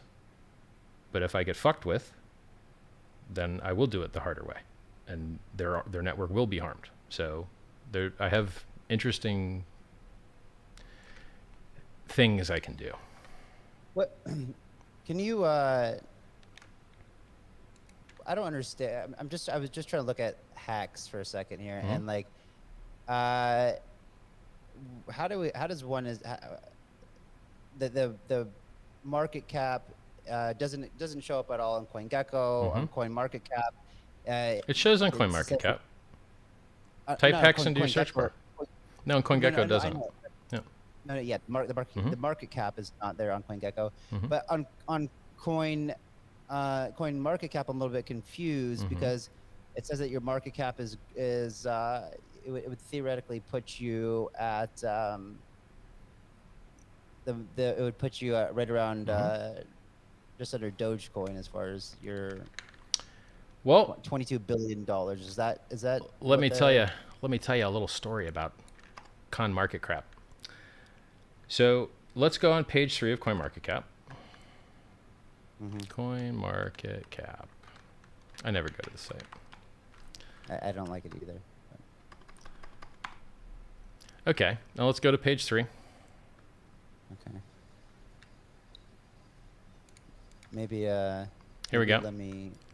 Maybe let me share my screen so people can follow along here. Sure. Coin market cap. All right, let's see. I'm on page 3. Okay, then we're Yeah, let me yeah, people can see it. Cool. So you see how HEX is number 1 here? See number 201. Let's click it. Let's click HEX. Okay. Let's scroll down to the price chart. Okay. Now, this is the best price chart in cryptocurrency. The only chart that I know better than this one is the HEX share price chart, which is even better than this. No matter how good this price chart does, the rank never changes from 201. It's locked there forever. Isn't that weird? Why? Because they're not good at their job. They are not telling you the truth. They're not telling you what the circulating supply is. They are not ranking by market cap. And they're not just screwing HEX, they're screwing other coins too. And I'm going to show you those coins as well. So CoinMarketCap being a bunch of lying pieces of trash and literally lying to people and not ranking things by their market cap as though their name entails, it's disgusting. And what do they do instead? They sell advertisements to margin trading platforms to get you to lose all your money. They sell advertisements to scams to get you to lose all your money. And they rank scams that go to 0, like yams. That's what they do. So they actively harm users, and they're owned by an exchange. An exchange that, by the way, surprise, just changed their withdrawal limits to 30x lower than they used to be. So if you didn't send CZ your selfies and your hostage videos, you now have 30x less withdrawal per day, if you can get your money out at all. And I know people that cannot get their money out. CZ and Binance literally is keeping people's money hostage and not letting it out. And where I come from, that's called stealing. And I've seen it with my own eyes, and I know people it's happening to. It's disgusting. It makes me very, very angry. So let's look at this piece of crap website, this piece of trash that the CZ bought. Share your screen. I'll I can't share mine. I can't share mine. Why? OPSEC, bro. What am I going to do? Close 50,000 tabs? What if I got porn on here, mate? I'm not sharing my screen. All right. So let's go down the list here, okay? Number 203, right. Wrapped BNB. Now, BNB is literally a Binance product, and CoinMarketCap is owned by Binance. This chart doesn't look so good. This BNB chart looks a little shitty. So why wouldn't Wrapped BNB be up there? I mean, who's doing the wrapping? I don't even know who's wrapping this, but I wouldn't be surprised if it was somebody in the BNB ecosystem. This probably belongs on the first page. The FEI protocol. The FEI protocol literally raised $1 billion. $1 billion. They got $1 billion of Ethereum put into their protocol. You can't get more legit than that, homie. You cannot get more legit than that. Explain to me why this is on page 3. It doesn't belong on page 3. I mean, the number, they straight suck at their job. CoinMarketCap lies for a living. Go to their website and look. The facts are right in front of you. No, I know, but why? What is their logic, or what is the reason? What are they telling people? They're just like, get listed more places that have more fake volume. We're listed on 5 of their data partners, or 3 of their data partners, by the way. They don't give a shit. It's a joke. There's just one guy over there just decides what gets in and what don't. It's absolute centralized gatekeeping garbage that does active harm to users. And they've had how many years to fix this? How many years to fix this? While they list things that harm users all day long. Disgusting. CoinGecko founders are a piece of shit too, just for the record. They list and promote so many rug pulls that they literally have to put a rug pull warning at the top of their pages. That's how disgusting their site is. CoinGecko's disgusting. CoinMarketCap's disgusting. Nomics actually does a good job filtering out the fake volume. So if you go to nomics.com, it shows more accurate ranking with all that fake crap volume. Here's how fake volume's created. Here's the bid, here's the ask, here's the bid-ask spread, and then a bot comes along and for free, because it doesn't pay any fees, goes, ha ha ha ha, look at all the volume in between the bid-ask spread. I'm not actually hitting anyone's bids or asks. No one's actually making or losing any money. But look, there's all this volume right here in the middle because there's no fees. How is this good for the world, man? It's terrible. And I'm the only guy talking about it. I'm the only guy telling the truth about it. But these scumbags, they're getting all the eyeballs from Google. It just blows my mind how misled people are. They live with these blinders on. They don't know what's really going on. And I have to punch through and take the blinders off and actually educate everybody. It's insane. How does CoinMarketCap get away with this? Even if the CoinMarketCap is accurately showing the price chart. So thank God for that, okay? At least that's correct. But everything else is wrong. The total supply is wrong. The circulating supply is wrong. The market cap is wrong. The ranking is wrong. And they're not just doing that to us. They're doing this to a ton of coins. I am the one that got wrapped Bitcoin on the front page of CoinMarketCap by letting them know, hey guys, publicly, why are you putting this on page 3? What's wrong with you people? There's billions and billions of dollars of real value here. Why don't you do your job right? I am the one that got wrapped Bitcoin in the front. And I'm not doing that for these other ones because why would I help them when they're just going to leave us screwed? It's just insane to me. Yeah. That's opportunity, by the way. As these gates open, how many people will know about HEX that don't know about it now? How many people right now are just figuring out, oh, it wasn't a scam after all. It was the best thing ever invented. People are just now starting to figure that out and change their tunes. They're just now starting to figure it out. We're pre-viral. We're not on any big exchanges. We're not on any of the front page on any CoinMarketCap sites. Just nomics.com. And I guess Coin Paprika and Coin Ranking and TradingView and Etherscan. Okay, those ones where we belong. But on CoinGecko and CoinMarketCap, we're not. That's fine. Out of Nigeria, I think, when who's doing like micro lending, and they came to me initially like to help them out and wanted to launch on our launchpad, and they literally copied our like one pager token metrics identically. The only difference is they put like a green filter over it, and like great guys, but I can't imagine, especially considering I've never seen the project talked about anywhere, that they have a $1.7 billion market. There is a lot of fake garbage on page 3 too, brother. The good things are the minority. But guess what? If you're a DJ, do you play garbage music or do you curate it? You curate it. Well, then why don't these coin market crap sites do some curation so that users don't have to lose all their money over and over and over and over and over and over and over again because of the garbage that they promote? Do you know how many people HEX could have saved had they been involved in HEX instead of the rug pulls? Hundreds of thousands of people. But these scum make money on promoting margin trading and rug pulls. It's disgusting. Disgusting. Now, who do you think these margin platforms fear the most? HEX. Because why? We save the users from being victimized by them because they can't trade and get beat up by fees and get chopped up by the market maker because they're locked in. Delayed gratification. We are the cure. So, I don't know. But they're screwing other people that aren't the cure too. So, I mean, Faye was a very stupid project. It was a stablecoin that 100% entirely did not work, and they had to give up on it. And they're like, yeah, we'll turn all the game theory off.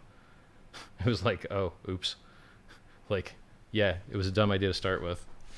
It was like exploited at launch, as so many things in crypto are. You're like, wow, crazy. So where do you go from here, Richard? What's the plan? I mean, this was a quite and it's great that you did it. I mean, it's always good to work smart, not work extremely hard. And this was obviously something that Don't was smart. Don't worry, it's still a little hard. little hard, but it's not a $600 million hard work. It's was Bitcoin? Bitcoin was written by one guy, and the code was done before the white paper was released. Yep. It seems to have done all right. It's $1 trillion. I know it's one guy. Code wasn't that good, and you could do timing analysis as well, like when he was awake, and so like That's $1 trillion idea that one guy wrote, and he wasn't even a good coder. WhatsApp was $1 billion idea or more, and they had 40 total devs.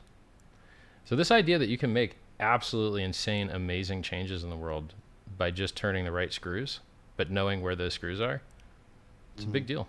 It's a big deal. Yes. So what? One more thing. So it gets framed like, you made too much money for too little work. But in fact, it's the opposite. Making a lot of money with little work means you have little overhead, which means you have little negative price externality. Look at Zcash. Zcash price is doomed and has been doomed for years. Why? Because they got a building of 80 guys doing something. And apparently their burn per year is 80 million per year. Where do you think that 80 million per year comes from? Dumping the price, brother. Yeah. And so which would you rather own? The thing that operates perfectly and functionally with no overhead, or the thing that people pretend to be making progress and burn 80 million a year and doom it to where no one will ever buy it except at a loss? So being efficient is the key. No negative externalities is the key. Making it so miners don't have to dump the price every 10 minutes to destroy the environment is the key. I'm out here making things better, and it works. So what's next? Well, specifically what's next is we get our public testnet up this week or next week. The sacrifice phase ends in 4 days. The volume ranking ends in 1 day and 12 hours, something like that.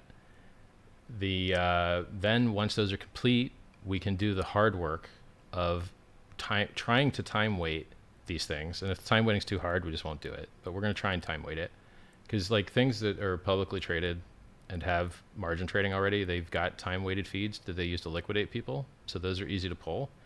But there's a lot of coins that don't have time weighted feeds, and then you either have to create them manually or just not do them. And hopefully we can get them, but if it's too much work, we'll just use the not time weighted one. And then that creates a sacrifice set. And then front ends get built against the testnet.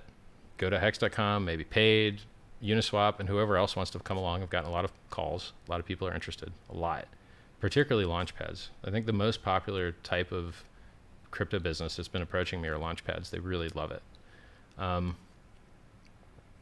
So sacrifice set gets created, testnet gets tested, people build their front ends, we set a date for mainnet launch, boom, world's largest airdrop, and we're off to the races. That's what's short term. And then yeah, sure, exactly. So I'm asking, I guess my question Long is term? more about yeah. Well, I still got this crypto domination thing going. Hiring spree is the next step. I've got great guys now. I need more great guys to do some of these other things I need to do. Like, there's a lot of cool stuff that needs done. Like, we should have our own 1-inch replacement. I'm sending a lot of users to MetaMask. MetaMask is making a lot of money. I'm sending a lot of users to 1-inch. 1-inch is making a lot of money. That's fine, but we can do these things too. So why don't we do them, you know? The medicine. So I got a book that I don't even promote. It's called SciVive. You can go to t.me/SciVive and get it. It's free. It's awesome. It tries to create more people like myself that want to make the world a better place. I teach you how to get rich. I tell you how to write ads. I teach you how to hire. I teach you how to dress. I teach you how to get laid. I teach you why your girlfriend's mad at you when she's on her period and why your butt has hair on it. I literally teach you everything. And spell this SCIVIVE. Yeah. You wrote it? Yeah, I wrote it. And there's another one called Fix the World, but you know, it's not edited as well or at all. So, but they're both good. So you know, right now we're at House of DAO. I don't know if you heard about this at all, right? We're building world's first blockchain crypto village that's really focused on, systems innovation. How do we make the world a better place? You know, Austin? What? No, I'm in Thailand. Yeah. Okay. Thailand. You should come out here, man. There's a lot that we have in common as far as what the goals and values are, and how to make the world a better place, including I don't want to die, right? So this is there you go. Anti-aging, regenerative medicine is a big one here at House of DAO. It's like in our ethos as far as trying to build superhumans and build disruptive technology and innovate. So Yeah, that's great. Where So the next is it? the next step, Where you're at? I never Where tell are you anybody. located? I'm like the super secret agent guy. I don't need fanboys in person asking me for money. It's already No. enough on the internet. So like Yeah. the next step, so it's crypto, Sci-Vive book to create more copies of myself, or people of like interest, and then the Save Your Ass Fund, which invests in things that may save you or people like you. And so medical research and biotech is profitable, but it's usually profitable on stuff that's not going to help you. I'm not getting malaria. I'm not getting sickle cell anemia. Sorry, I'm not. So I don't really have as much interest in funding progress in those areas as I do stuff that might save me or my parents or my kids. So why don't we do stuff that may save us? So you have a fund that is green fund, save the planet. You got a fund that's a vice fund, alcohol and tobacco and gambling. Okay, well, why don't we have a Save Your Ass Fund? And then people can chuck money and make yield into something that may end up saving their life in addition to making them rich. So book, Save Your Ass Fund, and then Biotech Accelerator, like Indie Bio out of Cork, Ireland, who Billy Au, my good friend, runs. And then actual down at the very bottom, you got to choose something to fix and fix it. So you just drill, you're getting wider and then tighter and tighter and tighter. You ever does the name Peter Nygaard ring a bell to you at all? No.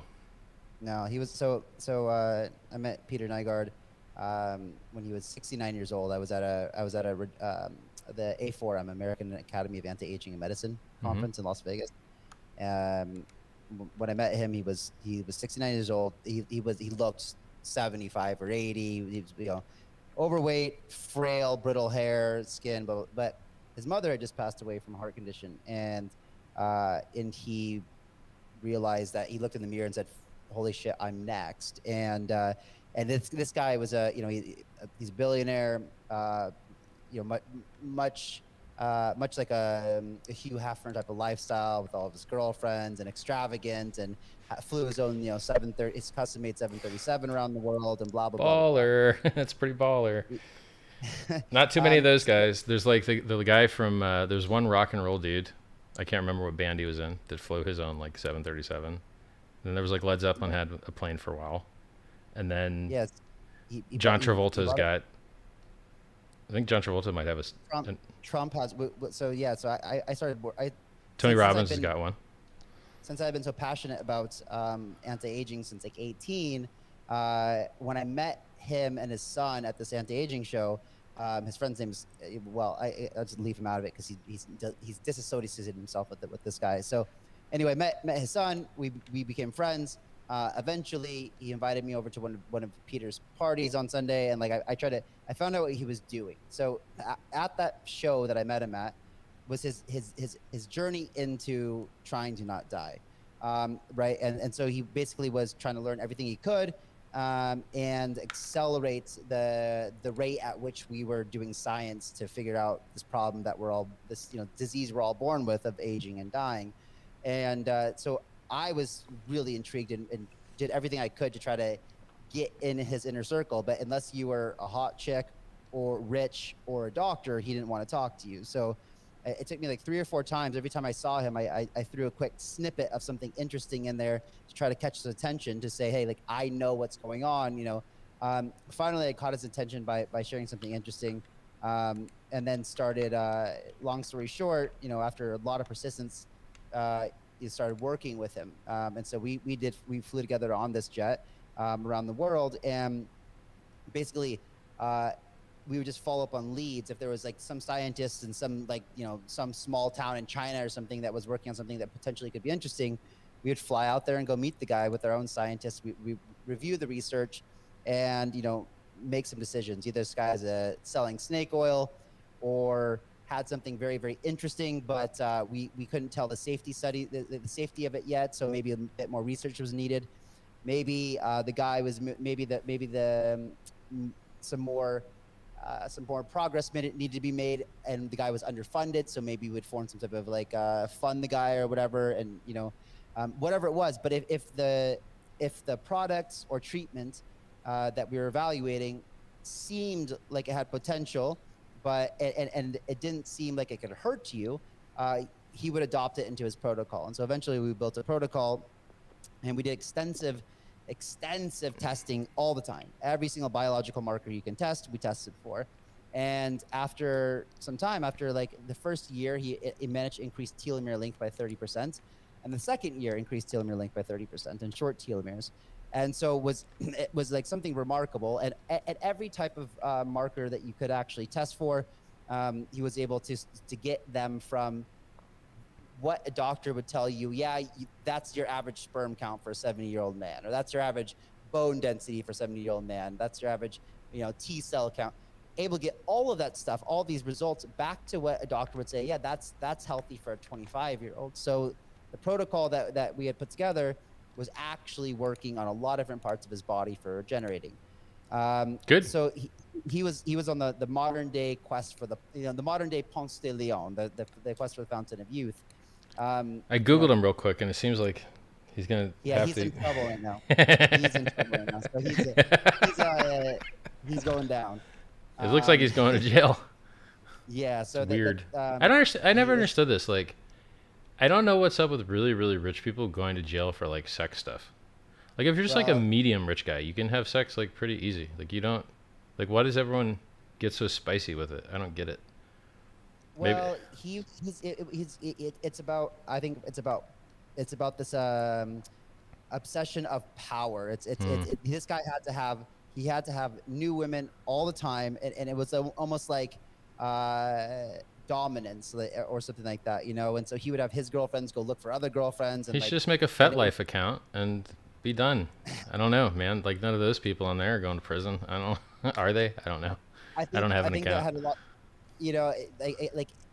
imagine this guy who's an egomaniac narcissist, and then you're a girl and you say no to him, but he's always like chokes you out and rapes you or something. You're like, all right, yeah. Or slips you something in your drink or whatever. He gives you the old what's the comedian that was doing that? Or did he get cleared? I don't know. Did he get cleared? Who was the guy that did the pudding pops? He was putting date raping drug girls. I don't know, but the black comedian. But anyway, Jello guy. I don't pay attention to him. But the only reason I know this story is because I used to work with him, and I didn't see any of this kind of stuff that was going on as far as like anything, like, whatever. But anyway, it was I guess like the point of you bringing the whole thing up was that longevity good. Longevity good, and people to people with funds and means to be able to accelerate it, because and then if they do that, it helps everybody. You need the richest people to do what's in their best interest to save poor people's lives. That's why we have cell phones now, because rich people wanted them. That's how it works. If the rich people don't get it, the poor people don't get it. Yeah, it's got to start somewhere. I mean, it's just like stem cells were definitely only available for the richest people initially, and as it becomes more affordable, as it becomes more adopted and less novel. So I can't, like, the thing that's so cool to me is the stuff that will change the world: crypto, AI, longevity, biotech, and that's the three top things. That's the three top things in my mind. And I managed to stick them all together, except the AI thing. So, how cool is that? Yeah. We took the best stuff and shoved it together: crypto and medical research. And you're doing, What about aliens? You believe in we're not gonna meet aliens. They're too far away. So the universe is full of them, but you can only travel at the speed of light, and therefore you'll never meet each other. That's what's up. I think they have figured out how to get. I mean, we've seen. I've seen the footage. Like, if you believe you can just fold space, then fine, whatever. But I'll need more evidence. A couple blurry videos ain't gonna do it for me. I'm not gonna like rewrite our understanding of physics based on a couple blurry videos, even if the pilots say that they were really good. Yeah, I don't know, man. I'm a big believer, but Well, anyway. Look, they're letting us die. So look, if there's aliens here, they're watching us die at 80 all the time. So even if they're here, they're not helping me the way I need help. I'm a rotting piece of meat. I need help now. As a matter of fact, I'm a fat rotting piece of meat. So I need more help than most. So aliens, if you're watching, if you're a subscriber, like, subscribe, use your alien spacecraft to give me some bonus likes or whatever. And actually, I'm thinking of buying a monster truck, and I'm gonna get it alien green. So if you want to look up an alien green Mercedes G500, they look so cool. Actually, I shouldn't have told anybody because you rich bastards will buy them all, and then I'll have to buy it from one of you. Yeah, don't run up the price, okay, homies? It's a good thing you don't know where I live. So yeah, I'm gonna buy an alien green monster truck. It's gonna be so cool. You got to look at these things, dude. They have a better. Every single spec is better than a Hummer H1.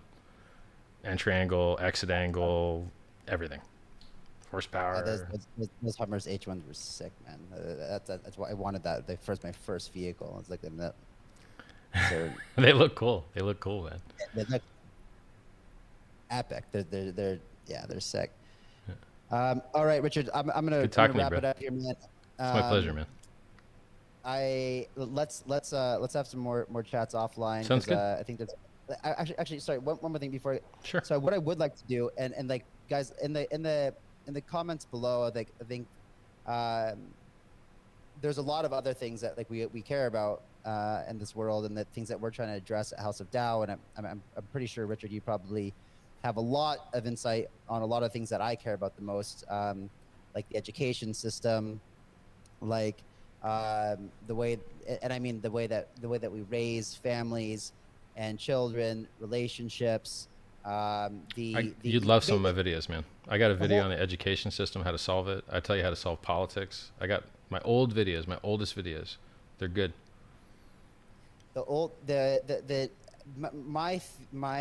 I guess the way to sum it up is like, I believe that most of the stories that we were told when we were growing up were all lies, and not because they were intentional, but because people didn't know any better.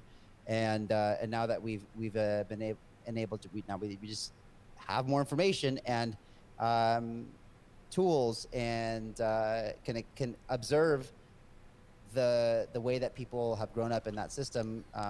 The result of that, right? We see the majority of people in this, a majority of adults just aren't very happy or passionate about life. They just don't seem like they're enjoying it. It's because they have shitty job that they hate, and then they take that hate and aggression from their job back home, and then take it out on their relationships, and then those fall apart.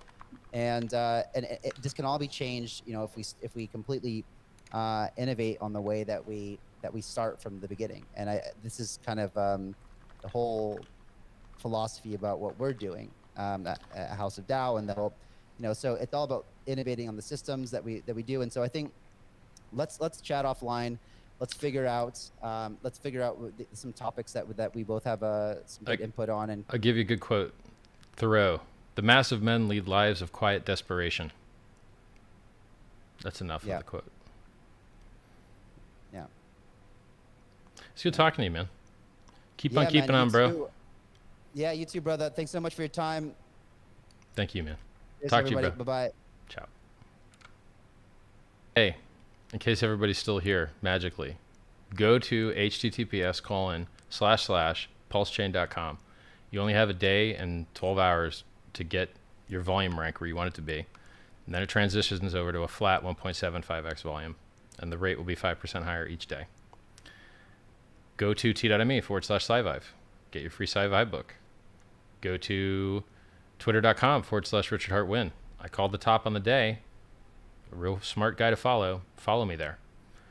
Go to t.me/PulseChain.com. 34,000 people in chat. Come visit. And free coins, free books, free videos. Like, subscribe this channel. YouTube.com/RichardHart. Anything else? I think that's it. Keep it real, guys. Love being a part of the Hexagon community. Love being a Hexagon.